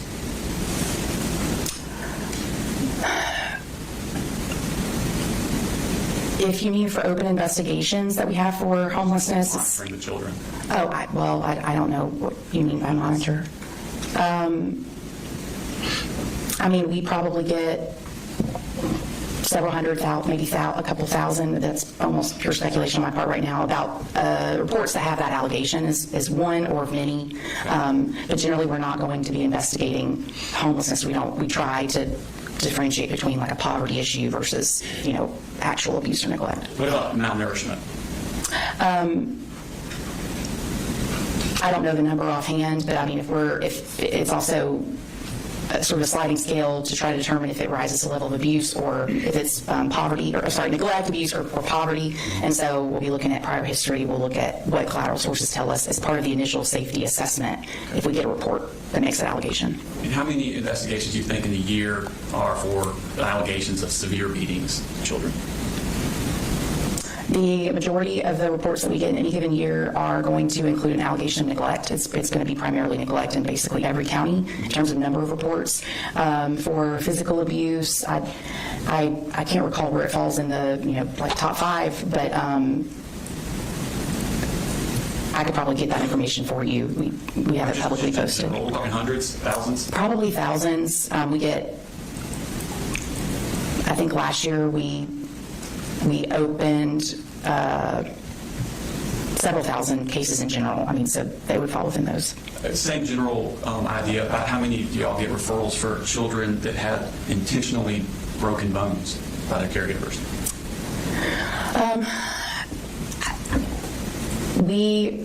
In what I would describe as more non-accidental trauma cases, then that's going to be a much smaller category. I don't know that we're even talking hundreds per year. Okay. How about strangulation? I don't know that number offhand. That's going to be a much smaller category. Intentional burns? I don't know that number offhand, but I think based on my anecdotal recall of our cases per year, it's going to be higher than an allegation of strangulation or non-accidental trauma. How about sexual abuse? It's going to be a pretty recurrent allegation that we get. That's a pretty large number, isn't it? Yes, it is. How about rape specifically? We categorize it as more sexual abuse or sexual exploitation. That's the maltreatment codes that we would use. So we don't refer to it as rape unless we've done the investigation and we have enough evidence to indicate that in fact occurred. Okay. And the last is probably another subset is like child sex trafficking. Y'all get investigations for that? We do. How many do you think you get that in a year? Several hundred, maybe we're looking at 1,000 to 2,000. It's been going up in recent years. Yeah. So to sum up, Colt had a less than ideal upbringing in childhood. Yes. But also to sum up, we've seen worse, haven't we?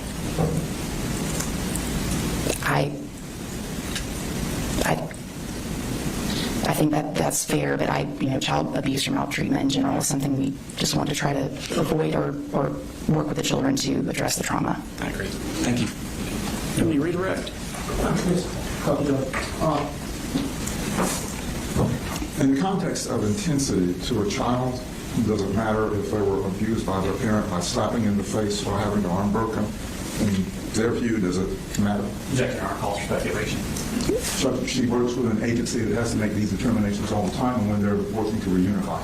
Calls for speculation. Yeah, I'll sustain it. I think slapping in the face is not as bad as intentionally breaking a bone, but another question. Within the context of DFAC's policy, you don't really monitor cases, do you? You get them on referral? Correct. Okay. So your resources with the department don't allow you to track every child or every circumstance that exists in the state of Georgia, right? That's right. We rely on reports. Okay. Is it reasonable to believe that not all cases that have severe abuse are reported? Say that one more time. Is it reasonable to assume that not all cases that have severe abuse are reported to DFAC? Yes, that's reasonable. We often will find out later. And when you get a referral and a report, do you have a legal obligation to follow through and make sure, whatever the intensity of the allegation, that the case is investigated? Yes, and we have extensive policies that help guide case managers on what they should do based on the maltreatment codes alleged. And is there a policy on how you handle families who have recurring referrals to DFACs? There are several policies that apply, yes. And so if a family has more referrals than, say, the standard, which may be one time over spanking a child, but several things, and it may not be severe each one, how do your policies interpret the way you approach that family?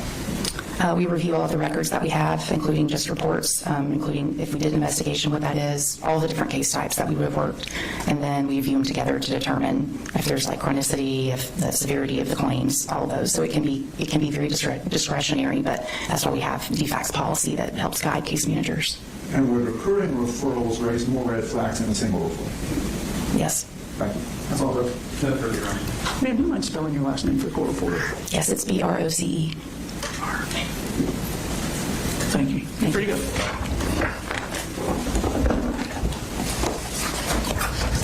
Mr. Allen. Hey, Judge, I have one more witness. I don't know if the court wants to break it out for lunch, or this witness, I don't know. I'm not sure how long it's going to take. Do you think she's one, or he or she would be one before? I mean, we'd get done by 12 with them, or do you think they're going to be on the stand for an hour or two? It's not going to be an hour or two, but I don't think we'll be done by 12. Okay. Would you like to break now? Yes, sir. Okay. All right, ladies and gentlemen, we'll go ahead and take a lunch recess. Be back at 12:50. Counsel. Yeah, he's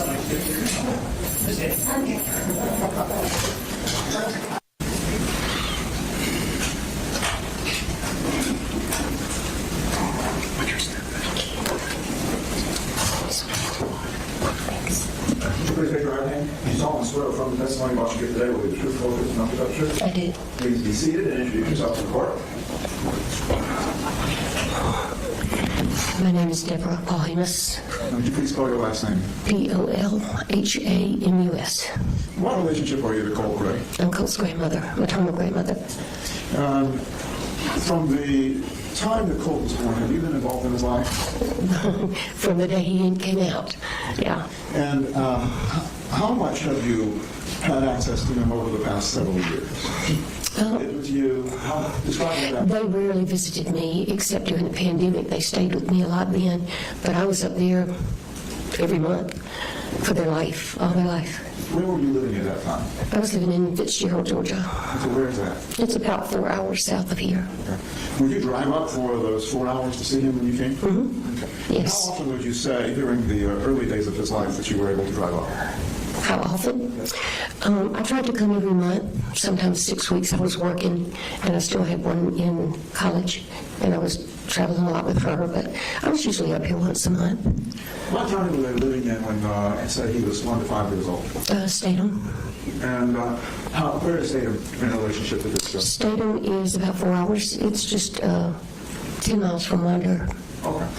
And during those visits, would you stay in the home, or would you get a hotel? No, I stayed in the home. How long would you stay with these visits? Usually the weekend. I drove up on Friday after school and drive home Sunday evening. And so after school, what was your profession? I was an educator, special education educator. Okay. Did you have anyone in your family that was a medical person? I did. Who was that? Well, my sister was a doctor.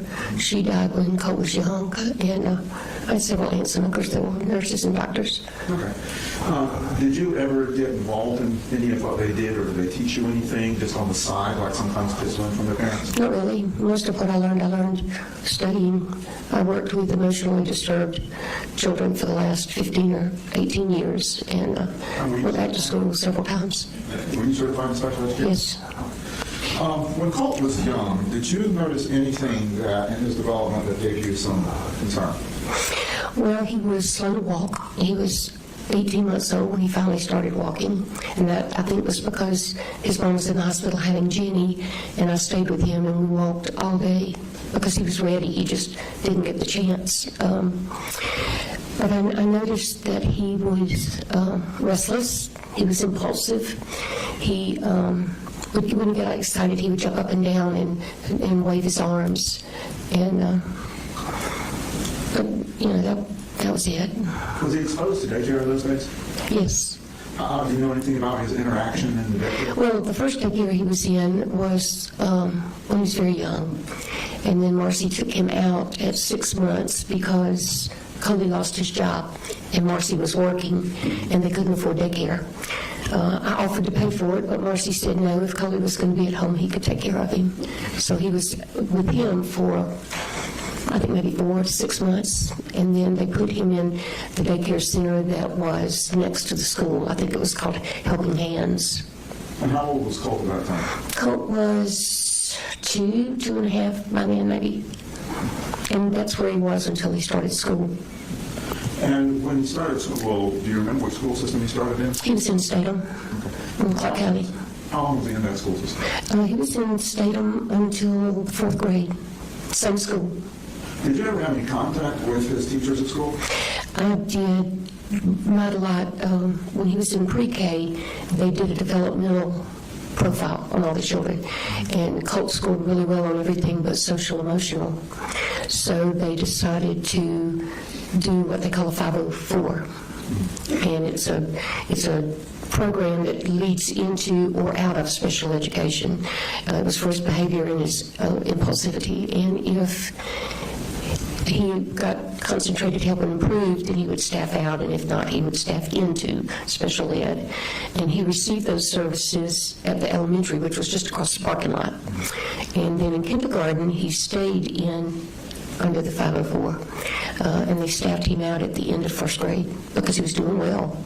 You know, he still had an incidents once in a while, but his grades were well. He was attending, and things just seemed to settle down. How long did he stay in the school system in Statham? He was in Statham through the 4th grade. During that time, how was his parents? Were they having issues with drugs, or was it just financial? Well, they always had issues. They were doing a lot of drinking at that time. And then they got way behind on bills. Coley bought a new truck, and he bought a camper, and he bought a fancy fishing boat, and they got way behind, and they had to sell the farm. And that was the real beginning of the downfall. And how old was Colt when that happened? He was 4th grade. Okay. So 4th grade, would that be 8 or 9? Okay. Yeah. And did you notice at that time any impacts on Colt when that happened? Well, he was miserable. I mean, they all were, you know. They got yanked out of their school, they got yanked out of their home, the only place they'd ever lived, and they moved to Gainesville and rented a house. Coley was working, Marcy wasn't. Marcy was deteriorating, and they didn't go to school for a long time, and then she finally got him enrolled, and Colt and Judy both seemed to really like their school there, but they were only there for a few months. They got evicted, and then they went to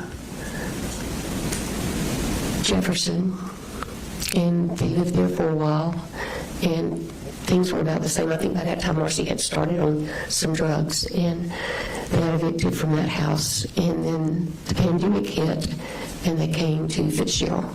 And Colt would have been about 10 years old during the pandemic? When they were down in Fitzgerald, did you notice anything about Colt and his relationship with his parents? Well, Marcy got a job. Colt and Jenny stayed with me most of the time because I was doing school with them. Jenny spent the night a lot. Colt would go home. They moved all of their stuff into a 1,500 square foot house, and you couldn't walk in the front door, and it was all turned upside down. And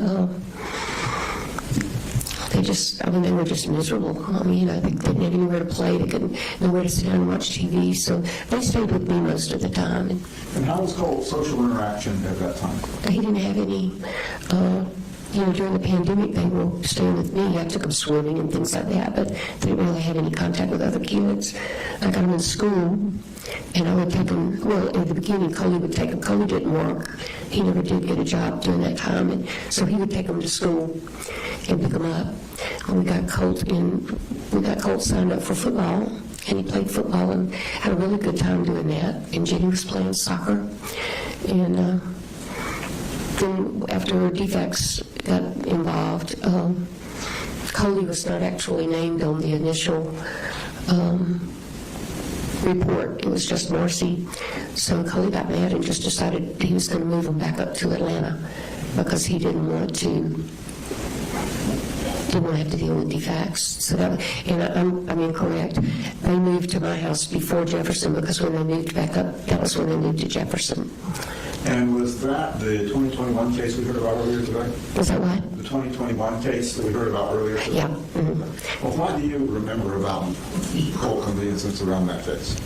Well, we reported them to DFACS because My other daughter did. I couldn't bring myself to do it.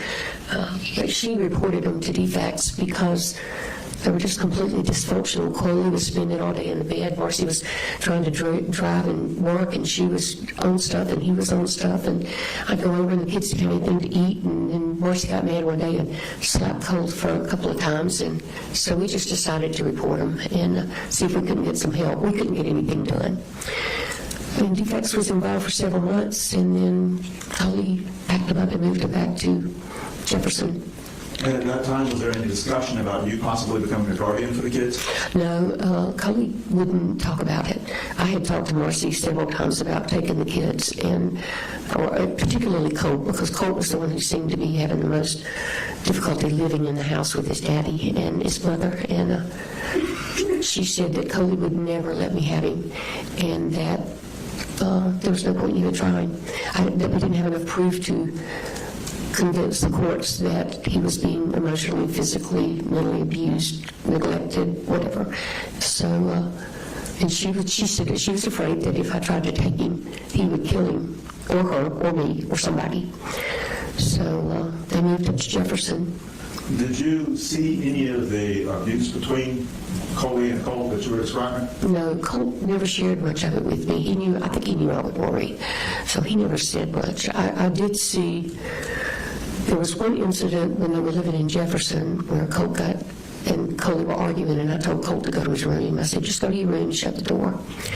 And the next thing I knew, Chloe had gone up there and gone in the room and was yelling and screaming at him. So Marcy went up there and stopped it, but I never really saw him hit Colt. Little Chloe used to tell me about it all the time, but I never saw it. And during that part of the DFACS case, they were still down in Fitzgerald. Did you have any discussions with the DFACS workers about potential future plans for the family? Well, we had talked about it. They had actually talked about it. They were actually going to drop the case. They had decided, Marcy had been clean for a year, so they decided they would drop the case. Wait, I'm getting mixed up. That's the second time. I really didn't talk to them the first time much. Marcy was really careful about keeping me out of it a lot of times, and so I didn't talk to the DFACS worker then. I did talk to the DFACS worker when Marcy moved back down with Jenny and Colt the second time, but that first time I did not. And still focusing on that first time, how was Colt reacting? What kinds of things was he doing that might have caused you concern? Well, he wasn't really doing anything except staying in his room a lot, and that was because there was nowhere else to go. But he wasn't on the computer all the time at that time. He would draw, he would read, he'd go with me. We'd go to the grocery store and go to my house, and we really didn't have any contact with anybody because of the pandemic. How was his ability to make friends at that time? His ability? Yeah. I don't know. He never got the opportunity. Now, when he started school, he met kids, but he didn't really have any. When he was playing football, he became buddy-buddy with some of the kids, but after football, that was it, After the COVID period and during this DFACS case, do you know what time range it was they started going back to school physically? They started going back to school, let me get this straight. They were in school in Fitzgerald after the pandemic was over. We got them enrolled there, and then Coley left and took them up there to Jefferson. And it was a while in Jefferson before Marcy got them enrolled in school. When they went to Jefferson, was it in the middle of the school year? I wish I had my notes with me. Yeah, it was, I think, January or February. Coley decided to take them out, I think in December, snatch them out and take them up there. So do you know how long Colt was out of school in Jefferson after they went, before he got back in? I'm trying to think. That would have been 7th grade. And he started them in school. Marcy started them in school not long after they got up there. And then they got evicted from Jefferson, and they moved to another area in Jefferson, another house, which put them on the other side of the county, so they had to start on a new school again. And they were there, I think they finished out the year there. And then in the 8th grade, that was when Colt didn't go to school, I went and got Marcy and the other two and made them come to Fitzgerald, because I just couldn't keep myself spread that thin. And Colt chose to stay with his dad, and he didn't go to school at all that year. And so during his 8th grade year, he was solely with his father? There was a time that he came down, I think in the summer, but I don't think he came down during the school year. And how often were you able to go back and forth with the kids down living with you? How often were you able to go back? I went very few times because Marcy was, by that time, she was pretty strung out, and I had Coley and Jenny, and I was taking them to school, picking them up, feeding them, and trying to keep up with her, and so I didn't get up there very much. We didn't even talk a lot. During the time they were in Fitzgerald, was Marcy still having the drinking and drug problems? Yeah. Did DFACS get involved again down there? Yes, they did, and that was when I talked to the DFACS worker, and she got off of them, and then she went for a while without taking any and was passing all the tests, and but she never did really quit. Not then. She did at one point, but she had started back by then. Was that the time that Coleman took all the kids again and moved back up because DFACS gave him custody? Yeah, that was when the incident happened with Marcy and me. And I called DFACS. Marcy told me that DFACS had decided to drop her case because she had been a year drug-free. And I called the DFACS worker and told her that Charlie and I were going to Virginia for a week, and that the kids were going to be staying with their mom, and that I needed to know if they would stop by and do a checkup just for me. And they said sure, and of course they stopped by, and she tested positive for 3 or 4 different things. And I was still in Virginia, so that was when they called Coley.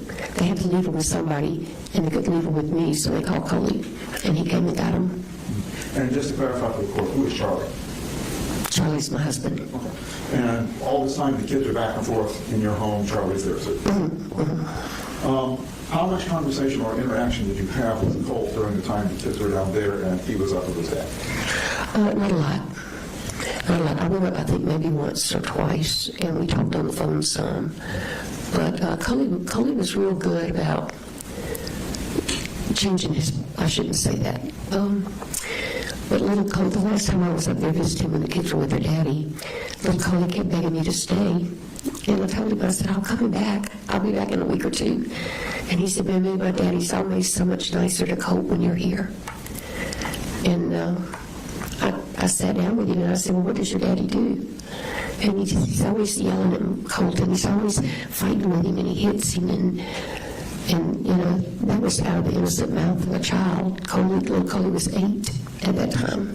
So it was still going on, but I never saw it. You know, Coley was always hunky-dory, hey, Mamu, come on in.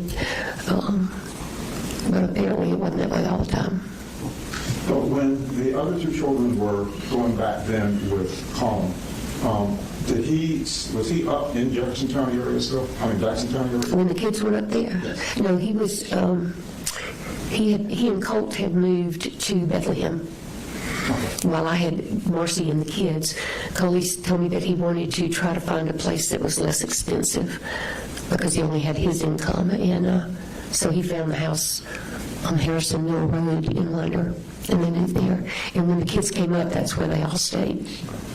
And when they moved to Bethlehem, did that cause a disruption for Colt's school?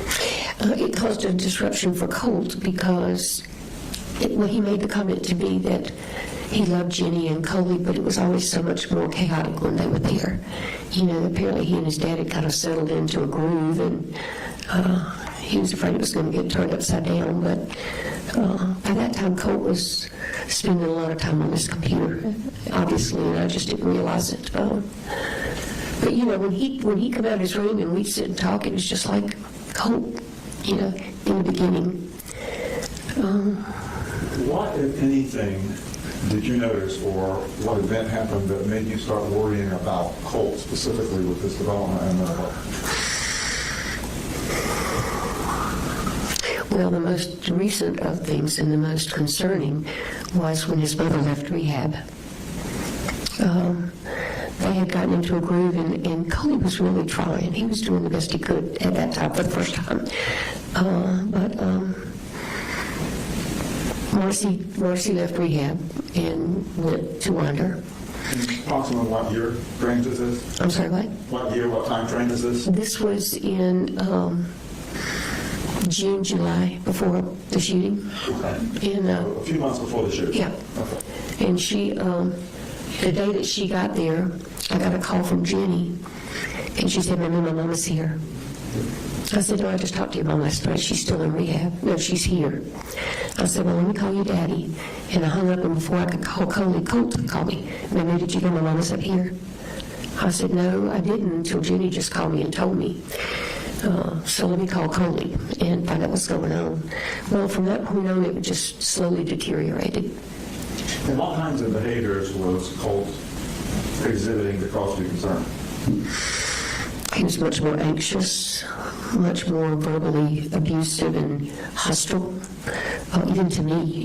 If you were in here and heard all the conversations when in his dad's trial, he had never talked to me like that, and that was an indication to me that he was really, really struggling. Did you try to suggest anything for Colin or Marcy? I talked to him about getting some help for him, getting some therapy or some kind of treatment, and I always got met with the same thing. "We'll call the doctor. We'll call somebody. We got to wait for the insurance to kick in." And I told him, I said, "I'll pay for it. Just get him some help, you know." As a special ed teacher, did you have any concerns about specific issues with Colt, or just wanting to find out what's going on? Well, the thing I was most concerned with in those last weeks was that he just got highly, highly agitated and impulsive. And he began having, the last couple of weeks when I was around him, he was having irrational thoughts. And he was almost to a point of not making sense sometimes when he would talk, you know, just erratic. What did you know about the gun that Colt had? I knew that his daddy bought it for him for Christmas. Coley told me that he got it because Colt seemed interested and he really wanted to find something that they could do together. From the time Colt was little, Coley talked about taking him hunting. You know, of course he bought the gun and went hunting once. You know, that was kind of the way things happened. But I didn't know that much about the gun itself. I knew it was an AR something, but that didn't mean anything to me.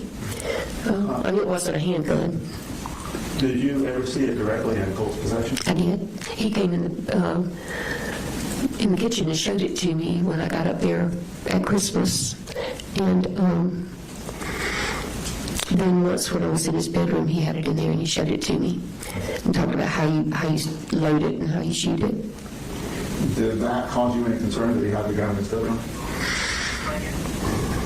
Honestly, it didn't at first because my daughter had BB guns and she kept them in her room. I mean, we never had real guns.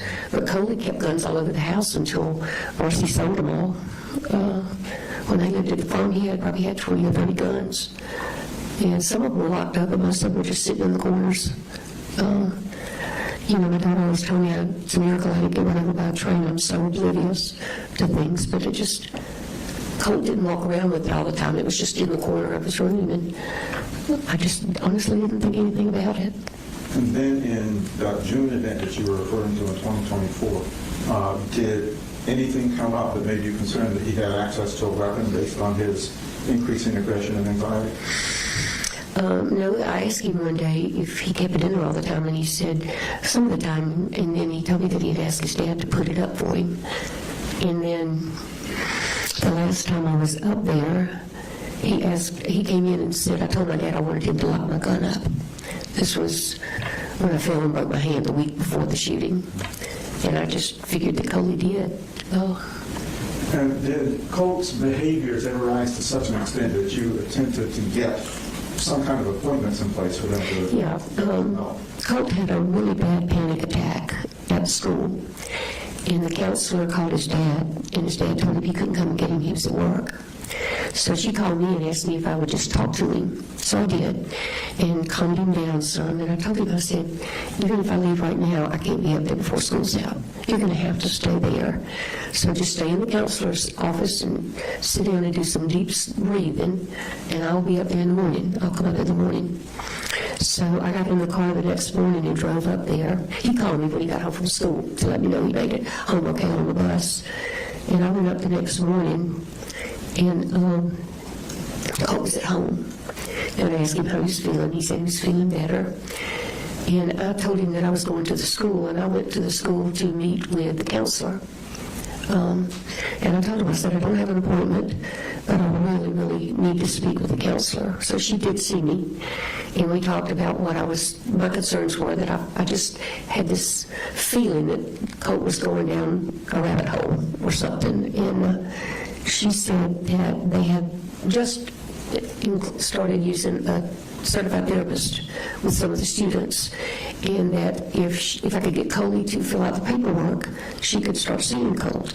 So she emailed the paperwork to Coley, and he did fill it out and emailed it back.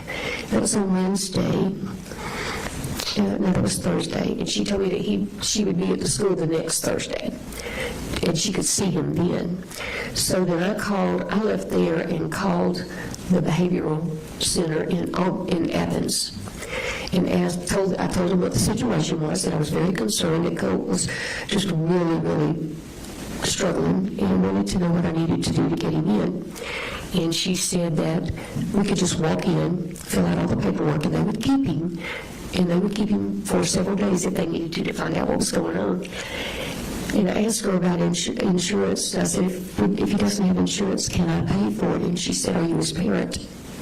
And I said, no. And she said, well, if you're not his parent, we can't take him. We have to have a parent. And I said, well, I don't know if I can get his dad to bring him. He's got real crazy about taking him to somewhere. And she said, well, if you bring him on Saturday, we don't have very many patients on Saturday, and most people don't even know we're open. We'll be ready, and you can bring him and fill out the stuff. So that was the plan. We were going to take him Saturday. Well, when I left the school, I fell and broke all of the fingers in his hand, and I went to the emergency room, and the doctor put a bandage on it and told me that I needed to see the orthopedist as soon as possible. So I told Coley that I was going to go home and see my daughter called and made me an appointment for the very next morning, that I was going to go down and let the orthopedist see my hand and see what needed to be done, and then I would come back. And I asked him if he was going to take Colt, and he said, yeah. Well, then Marcy told me she would go up, and they would take him together. So I came home, went back to Fitzgerald, met with the doctor Friday, and Saturday morning, Marcy was still at the house, and I asked her, I went by there, she was staying at my mom's house by then, and she said that she and Coley had gotten into a big argument, and he wasn't going to meet her to take Colt to the doctor. So we didn't go. And, of course, you know the rest of it. And what week was that you broke your hand and you set up the That was the last week of August. It was the week before the shooting. So that appointment would have been on the Saturday before September 4th. And then, from what you just said, they never made the appointment.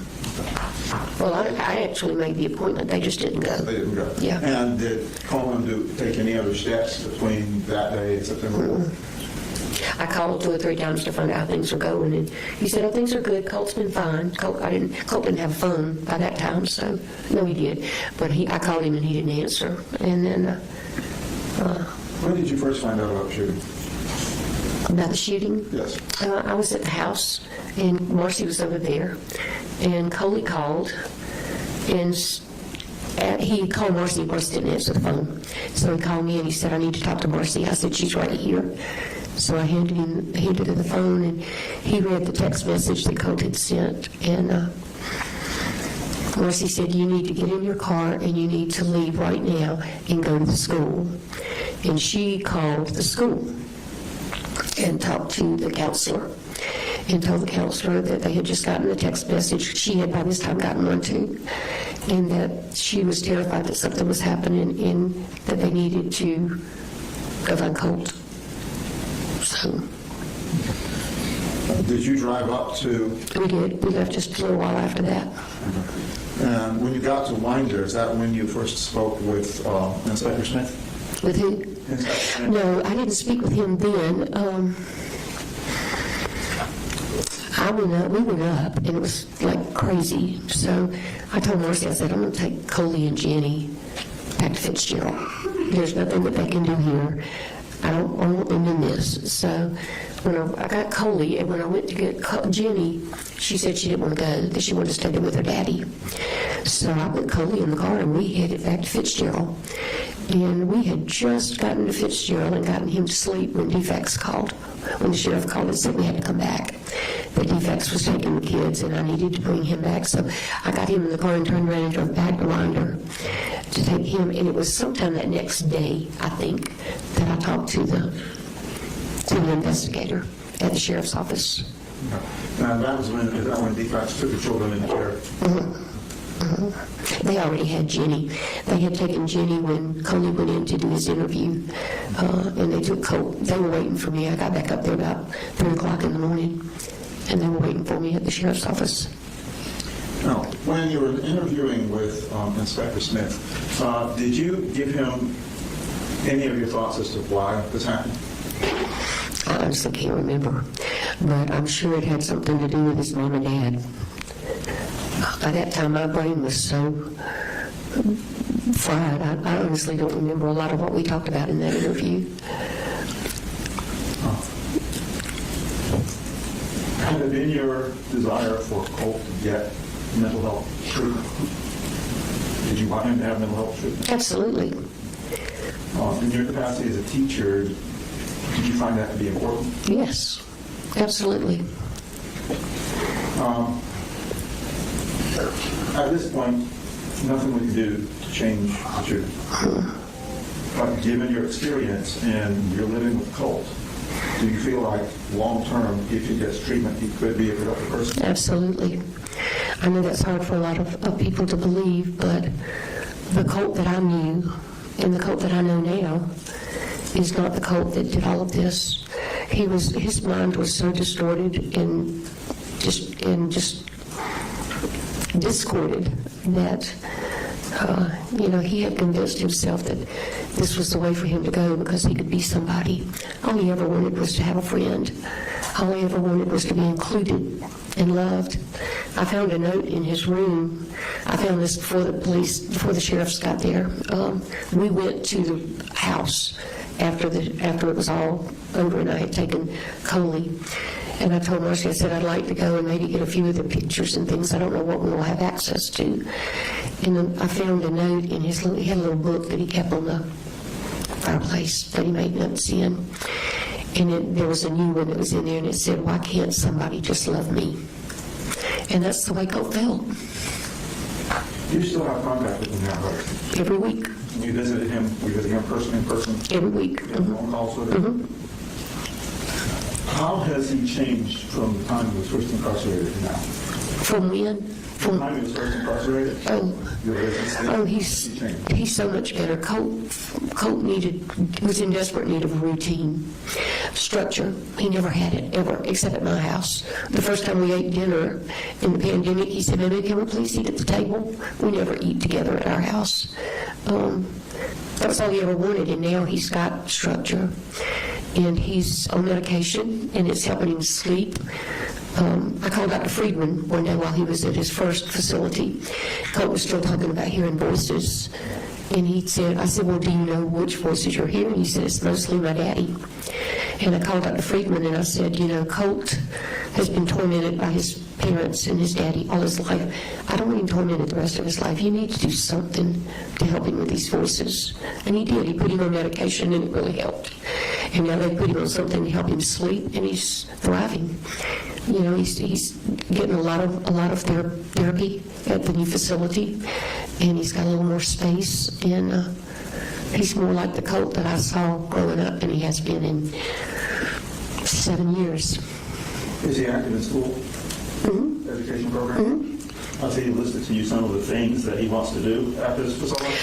Well, not necessarily at this one, because he won't be here that much longer, but when he gets moved to a long-term facility, first thing he wants to do is go back to school. He wants to go to school and study.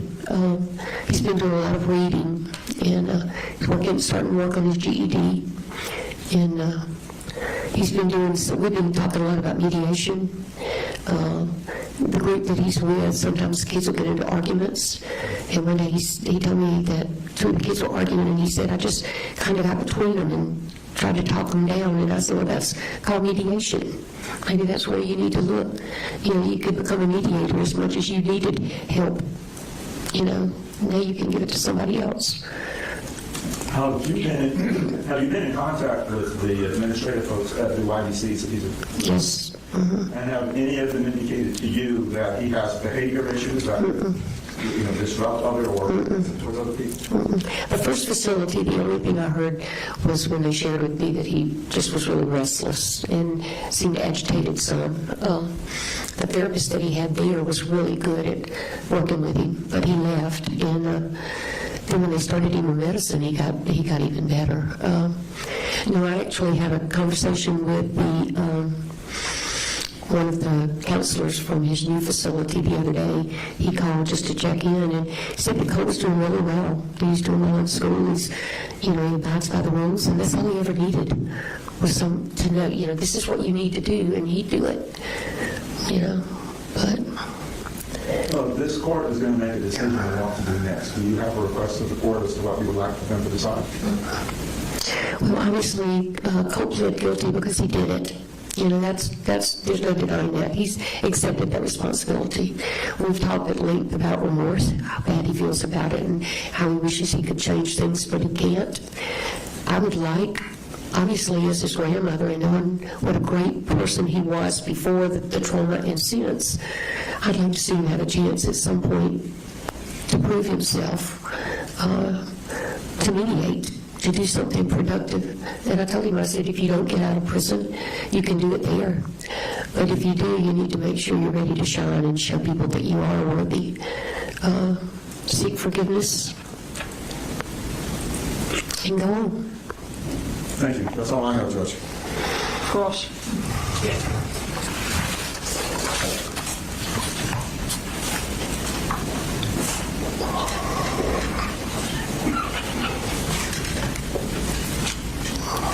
Okay, so Debbie, I'm a little confused. What time did you get to Winder on September 4th? What time did I get what? To Winder on September 4th of 2024. It was after lunch. So you left at like 10 o'clock to drive up here. So no earlier than 2, right? No, it couldn't be earlier than that, because you mean on the day of the shooting? On the day of the shooting. Okay, no, we didn't leave until probably lunchtime, got up here around 4. Okay. And you're saying you got there before law enforcement arrived at it? No, they were all over the place. Okay. No, it was the next day that we went over there, after we had brought Coley and them back. And we went to the house because we had a key. I had a key because I was in and out all the time. Earlier you testified that you found the note before law enforcement. No, I'm sorry. No, it was the next day. I wanted to go by there. I had taken over the years, I had collected things of their lives that I didn't want to disappear. Pictures, drawings that they had done, toys, Christmas ornaments. And when they moved in with their daddy and things settled, I took a lot of that up there to them, because I knew in all the moves that they went through, things got thrown away, and I didn't want everything to get thrown away. So when we took Coley and to DFACS, we had gotten a hotel room, and the next day before we left to go home, I told Marcy I wanted to ride by and see about getting some of that stuff. I said, because I didn't know what was going to happen to the stuff in the house. I figured that we would at some point in time have to pack everything up if Coley wound up going to prison, but I didn't know. So that was when I found the note. And where was this note? It was on the fireplace. The fireplace that law enforcement went over that entire house with a fine-tooth comb for a day. And law enforcement didn't find this note that you did. Oh, I don't know about that. Where is the note? Did you give it to law enforcement? No, it's at my house. You didn't think that would be important to give to your attorney or his attorney? Well, no, I mean, I could bring it back to you if you want it. No, I just would have assumed you would have brought it. Well, it wasn't something that I intended to bring up, because I just figured it was going to be question and answer. What did you do? What did you not do?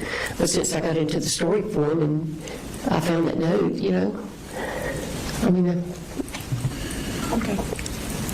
I guess that's just one more mistake I made in the whole situation. I didn't think it was something that mattered to anybody but me.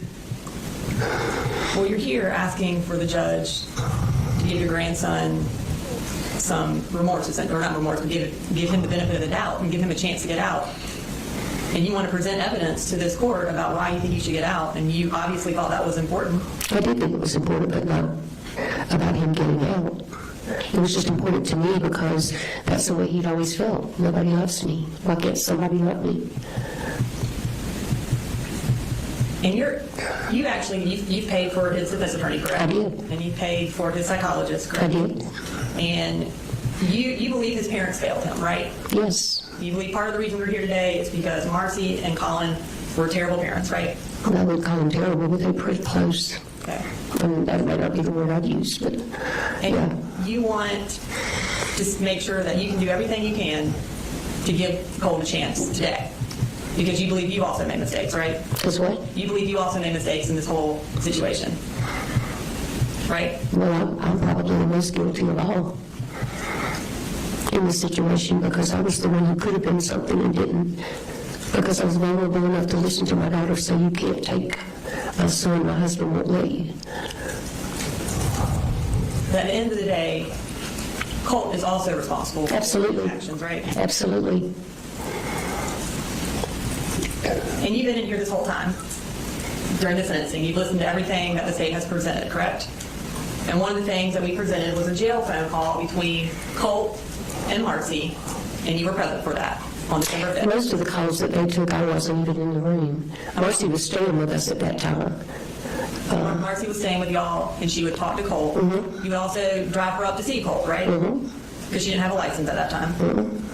And on one of these calls from December 5th of 2024, you're in the room when they're talking about watching documentaries of mass shooters, correct? And Colt actually wanted you to watch some documentaries. And you did. And he wanted to know if you saw some similarities between him and James Holmes, right? Okay. And you watched it, and you said you saw some, but not a ton, right? Yeah. And you did that because he wanted you to watch it, right? Well, he asked me to watch them, but the main reason I watched them was because I wanted to see what it was about the shootings that was so intriguing to him. And so this is 3 months after the shooting, Yeah. after he committed his own mass shooting, and he's still watching documentaries, and you're watching them for him. No, I wasn't watching it for him, I was watching it for me. But you watched it because he asked you. Yeah, I did, yeah. And on that jail call, we don't hear you say, stop watching these, what are you doing, right? You do it. You don't call his counselor, you don't call DFACS and say, hey, Colt's still watching documentaries, he needs to get some help, right? You didn't do any of that. No. Okay. But I didn't realize he was still watching them. I thought they were documentaries he had watched before. I didn't know that he had access to any. Once he went to YDC, he didn't have access to anything. But you know he's still talking about it and he's still interested in it. Yeah. And you actually watched it, like you just said, because you wanted to see why he's so interested in these things. Ask and answer. And you do stuff for Colt because you don't want him to get mad at you, right? You want to placate him. I want to what? Placate him. You want to do what he says so he doesn't get mad at you. No. I tried to help Colt because nobody else was helping him. He got mad at me when he was 3 years old. But that was okay. And kind of as you were leading up, as we're getting closer to the shooting back in August and September, he was getting mad at you a lot. Sure. Okay. Yeah. And there were lots of red flags that were popping up everywhere. He's got a gun in his room. He's interested in mass shooters, which everybody knew about, right? He actually called you and asked you if you would still love him if he did something terrible. You specifically told Colin you need to get him treatment, right? And he's having anxiety attacks, right? But you never thought that he would ever do something like this, right? And you admitted, you said your daughter calls you oblivious. You're kind of oblivious to things, right? And you're oblivious to Colt's red flags, essentially, right? And you were in here listening to all those phone calls where Colt and your daughter are talking about what a popular mass shooter he is. Yeah. And that was really hard for you. It was devastating. Because you never would have thought that your grandson, your favorite, would ever have been excited about being a popular mass shooter, right? Never in a million years would have thought that. Never. And you also don't know that if given the chance, he wouldn't do this again to get more notoriety, right? You can't say that. No, I can't. Absolutely not. There's no way anybody could say that. And you also know, and you said it, that the best place for him is in custody because that's where he has the most structure and that's where he thrives, right? And that's where he should stay, right? No. Nothing further. Any redirect? Very good. All right, thank you. Come down. That's my last question, John. All right. Your client has a right to make a statement if he wants to. I don't know if you've discussed that today or. We're not making a statement, Judge. All right. You all ready for closings, or do you need a break? I'd like a question. All right. Take 10 minutes.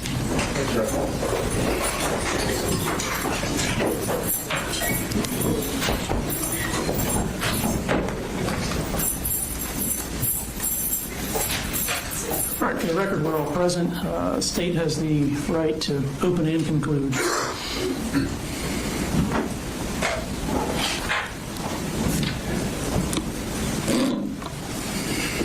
The impulse in something like this would be to give an impassioned plea, but I can't match the eloquence of the victims when they spoke on Friday, and I cannot comprehend the depths of their loss. So I will leave that with them, because I think they touched on it perfectly.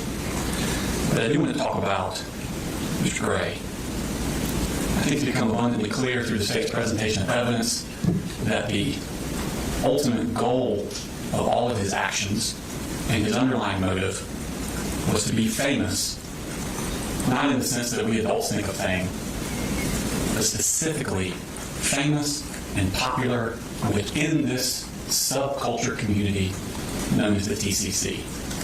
He self-identified as this, and he was an active, exuberant member of this group. And when this case happened, coming into it with an adult's perspective, and the investigation caught Colt right then, and then quickly in the days after, started to notice the guilt of his father, I kind of put aside thinking about Colt. And as the father's case went forward, I focused more on the father and what the father was doing, and it wasn't until after that trial, when we thought about this trial and this sentencing, that I started turning back to what was in Colt's mind. And I'd always just assumed that he was just this kid, had a bad upbringing, got wrapped up in this adoration of school shooters, and then he went and did this horrific act. And I just assumed that his response was, oh my God, what have I done? And it wasn't until this summer when I started digging into what Colt was thinking that the horror of what happened is not even the end of it. Because the shooting was not the culmination of the plan. The shooting was just one of the steps of the plan. The plan was ultimate and lifelong fame inside the TCC. He took steps before the shooting took place to put Easter eggs, callbacks, into the case, anticipating today, anticipating these things, us being here, releasing them into the wild to keep his fame going. He put symbols and phrases on his rifle that all pertained to things that were important to the TCC. He staged his computer to look like Adam Lanza's.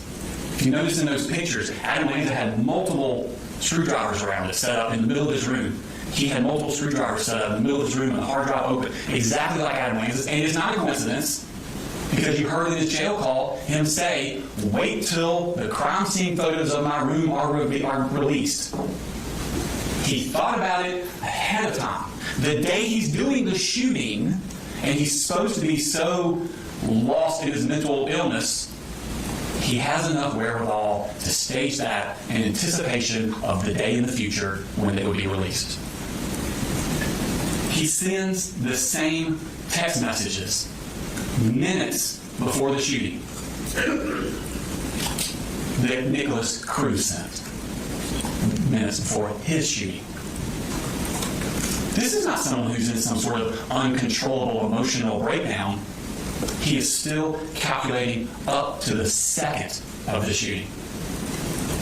He places his notebook on the desk to be found with all of those Easter eggs, referring back to Nicholas Cruz, Adam Lanza, James Holmes, because he knows they will be released at his trial. And then the shooting came, the next step in his master plan. Jason Smith interviewed him within the hour of the shooting. And he continues. He has the mental wherewithal within an hour of the shooting to place more Easter eggs, more callbacks inside that interview. The purple gloves. He must have said the word purple 5-6 times. Calling back to Kyle Rittenhouse. Telling them that he called the hotline. A blatant lie and another callback to James Holmes. He's saying this with more steps are being done to his ultimate goal of eternal fame after the shooting. He mimics Nick Cruz's arrest interview. I hear voices, oh, I blacked out. This is not someone who's in an emotional breakdown and realizes, oh my God, what have I done? This is someone who's in the midst of their plan and they're still going through with it. Within a month, he's getting the word out through his mom. He's looking to see the post, if he's popular or not. He has already sent pictures to Mandy for Mandy to release. They're released. He's so excited. And make no mistake, Marcy's disgusting, and her actions are contemptible. But he's the one that's directing her what to do. He's the one that says, pull up Tumblr. Pull up mass killers on Reddit. Call Mandy. Tell Mandy to do this. Make sure that happens. I know she's supposed to be the parent, but he's the one that's directing all this.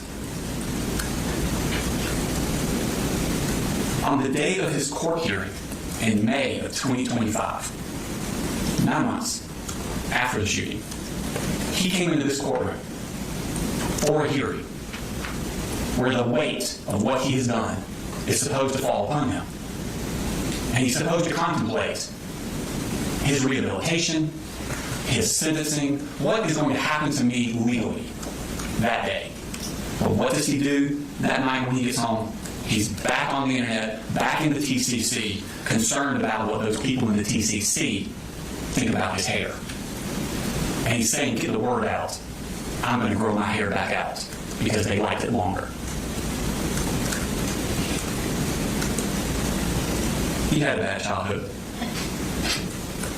We're not contesting that. But the childhood he had, and to try and say that that had anything to do with what he did, is offensive to the thousands of children in Georgia who are truly, truly brutalized every year. I know he's had a bad upbringing, but like I said, the defects. In this courtroom, we've seen a lot worse. And he's the only one in the history of Georgia who has ever taken an assault rifle into a public school and opened fire on perfect strangers simply so he could be famous. This is not easy, Your Honor.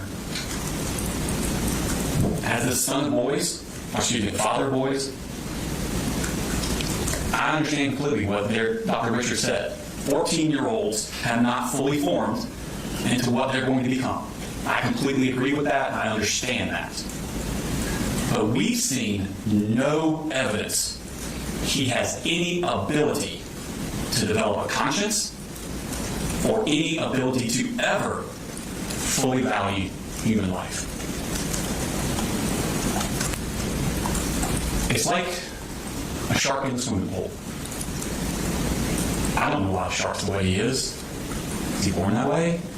He had bad parenting? Is it instincts? Something terrible? It's truly evil? I don't know why the shark is the way the shark is. But I do know one thing. He can't be in my pool. Colt Gray cannot be in society. And I ask you to sentence him to life without the possibility of parole. Thank you, Mr. Allen.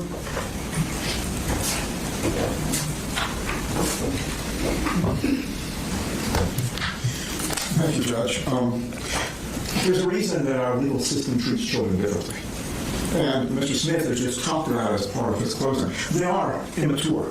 They're not fully developed. Their characters can be changed, molded, and mangled by whatever force grabs onto them when it's not filled with the proper things. Colt Gray's life was not filled with the proper things. His parents didn't give him any stability. His parents didn't give him any of his needs. His parents didn't give him proper medical care. And most importantly, they did not give him proper psychological and mental health care. When they saw him deteriorating, when they saw him drawing into himself, when they saw him disappearing into his room, what did they do? They spent their time in their own worlds, on drugs, buying guns, and splitting up and coming back together and splitting up and changing schools and giving absolutely no stability. Children, in the best of circumstances, need stability. Children who have special needs, by nature, need even more stability, more predictability, not less. Colt got less. Colt had issues that his grandmother was willing or able to identify when he was young that the parents didn't do anything about. Colt got less stability than he needed, which made him even more vulnerable. As we look at how we sentence somebody, and we're not taking the position that he didn't do something wrong and heinous and horrible, that has to be admitted, and he's admitted that. And he's come forward to it. He could have had a trial, but he didn't. He spared the community the trial by stepping up to do a plea to admit his guilt. He admitted his guilt that day on 2 occasions. Now, there may be some conversation as to whether it was every fact that he put in those interviews was honest fact or not honest fact, or changed or manipulated. He was traumatized before he did the shooting, traumatized by his own actions, and the trauma continued after the shooting when he finally realized what he did. Yes, he had some bits of clarity, but that is driven not by evil intent, but by a desire to be accepted. And that has been the whole drive of what he's done in the TCC community. If we look at Dr. Richards' report, on his recommendation, the factors that we need to consider, which come out of Miller versus Alabama, on how we sentence children. Children have done bad things. We have to look at his maturity level. These situations that they're citing to happened when he was 11, 12, and 13. And everyone that has dealt with any child knows that 11, 12, and 13, they don't have any good sense, especially boys, when they're coming into that age range. Anything that's a risk is something that's worth doing. But when you're left isolated, when you're left with no moral grounding, when you're left with no proper parental figure, you search for it somewhere else. You search for a model. You search for a hero. You search for a community that is accepting to you. That's where the vulnerability part comes in. He jumped onto a community that he could get accepted in and started reflecting. They call it mimicking. He's reflecting the behaviors of the people he's reading online. It's not that he's mimicking shooters.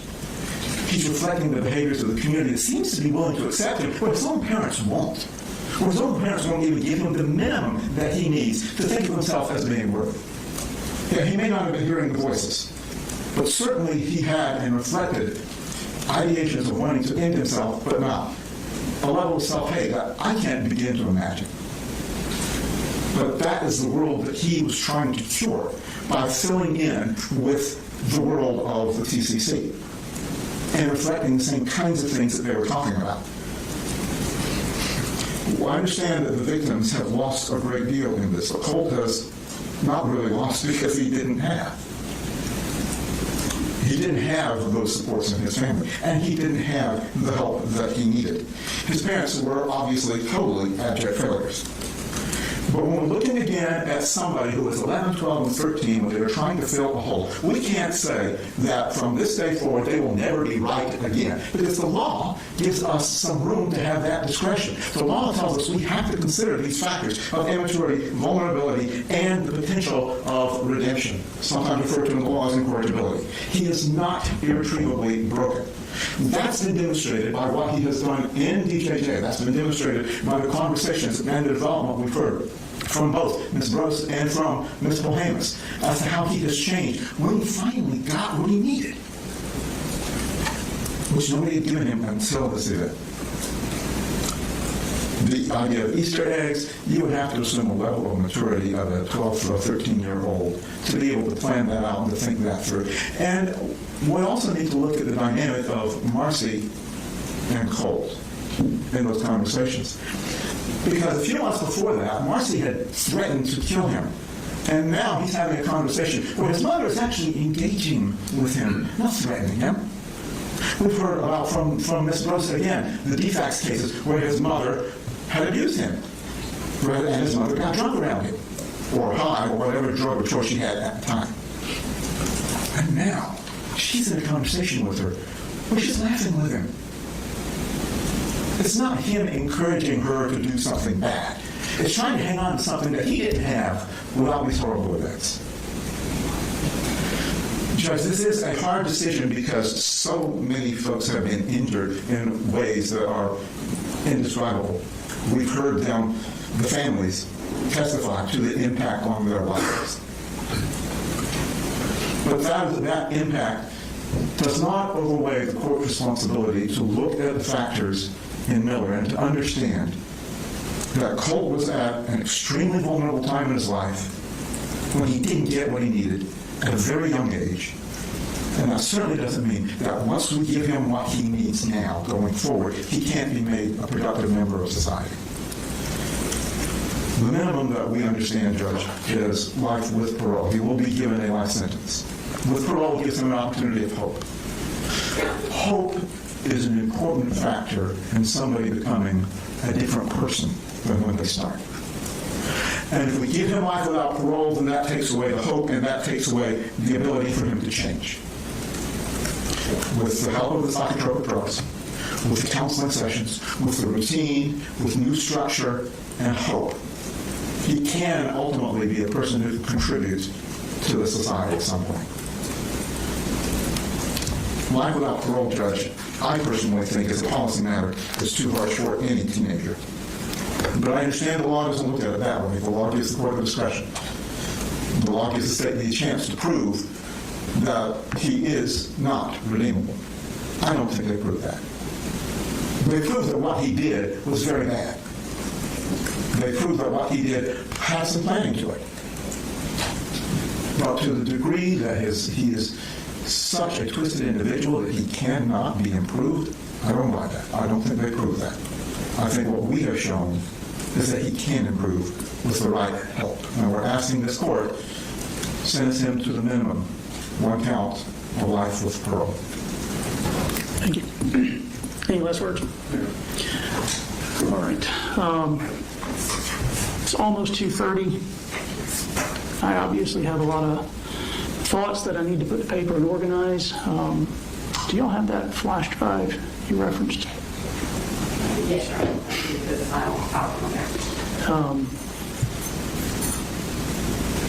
I don't know how long it's going to take me. It often takes me longer than I think it's going to. So I would say I'll shoot for 3:40. That's an hour and 15 minutes from now. I say this somewhat tongue-in-cheek. If I'm not done, then please wait longer. So 3:40 will be the goal. Thank you.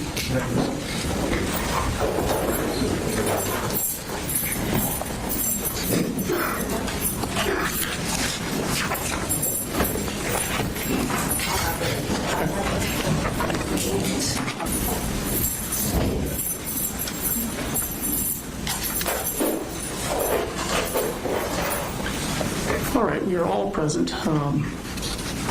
Never before have I had to sentence a 16-year-old. Certainly for something someone did when they were 14 years of age. Those who appear regularly in front of me have often heard me lament about the difficulty in sending a young person to prison. And here, as everyone understands, the minimum sentence is life with parole. Now, the appellate courts have said that children are constitutionally different from adults for purposes of sentencing. That stems from an understanding that juveniles aren't fully formed cognitively. Hallmark features of a juvenile include immaturity, impulsivity, recklessness, and a failure to appreciate risk and consequences. And because of these factors, the Supreme Court says that the Eighth Amendment prohibits the death penalty for juveniles. The Supreme Court also disfavors life without parole for juveniles, declaring it to be a constitutionally forbidden disproportionate sentence in all but the rarest of cases. Life without parole is thus authorized only for youthful crimes reflecting permanent incorrigibility. Life without parole is barred for crimes that are born out of a transient immaturity of youth. Now, I recognize that with your guilty plea, you've assumed responsibility for your crimes. You have made a lengthy and public trial unnecessary. I also recognize that you were failed by each of your parents. You were failed by your extended family. To a certain extent, you've been failed by a society that can't stop propagating this misguided value in online cultures and social media, rather than making genuine interpersonal connections and relationships.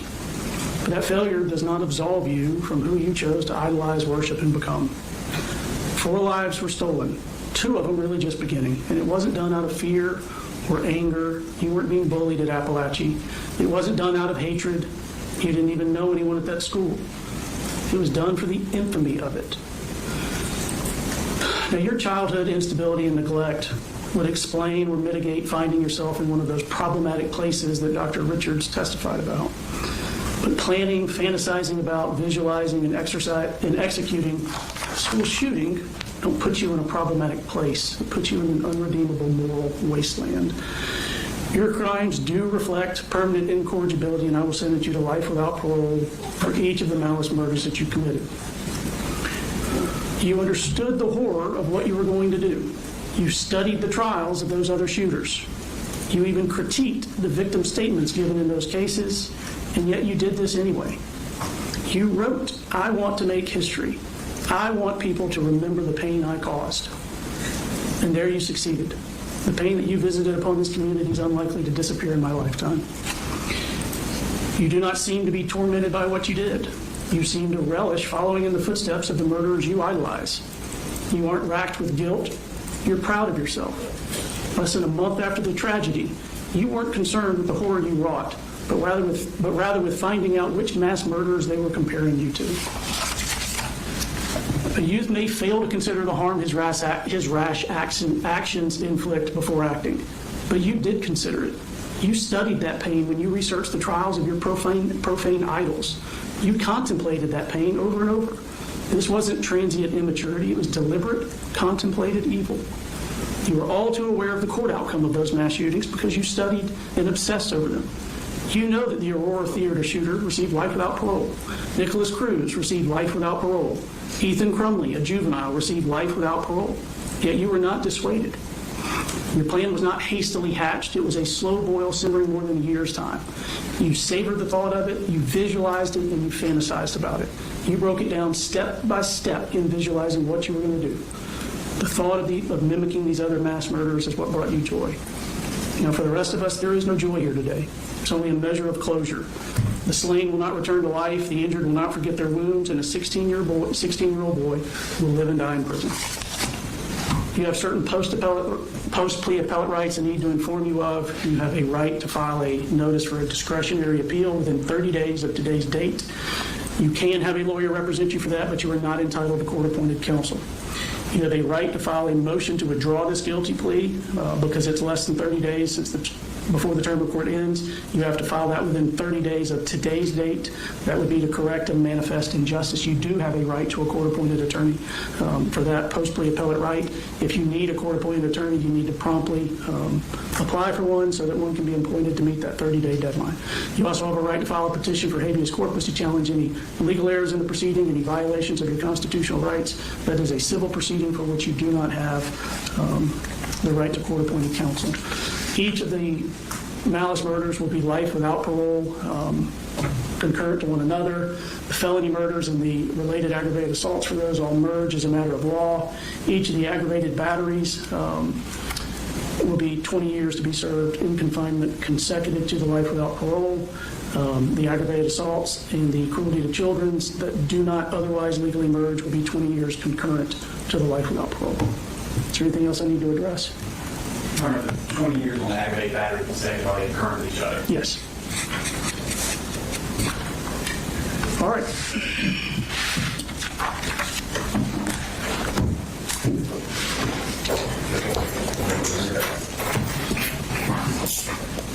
We're adjourned.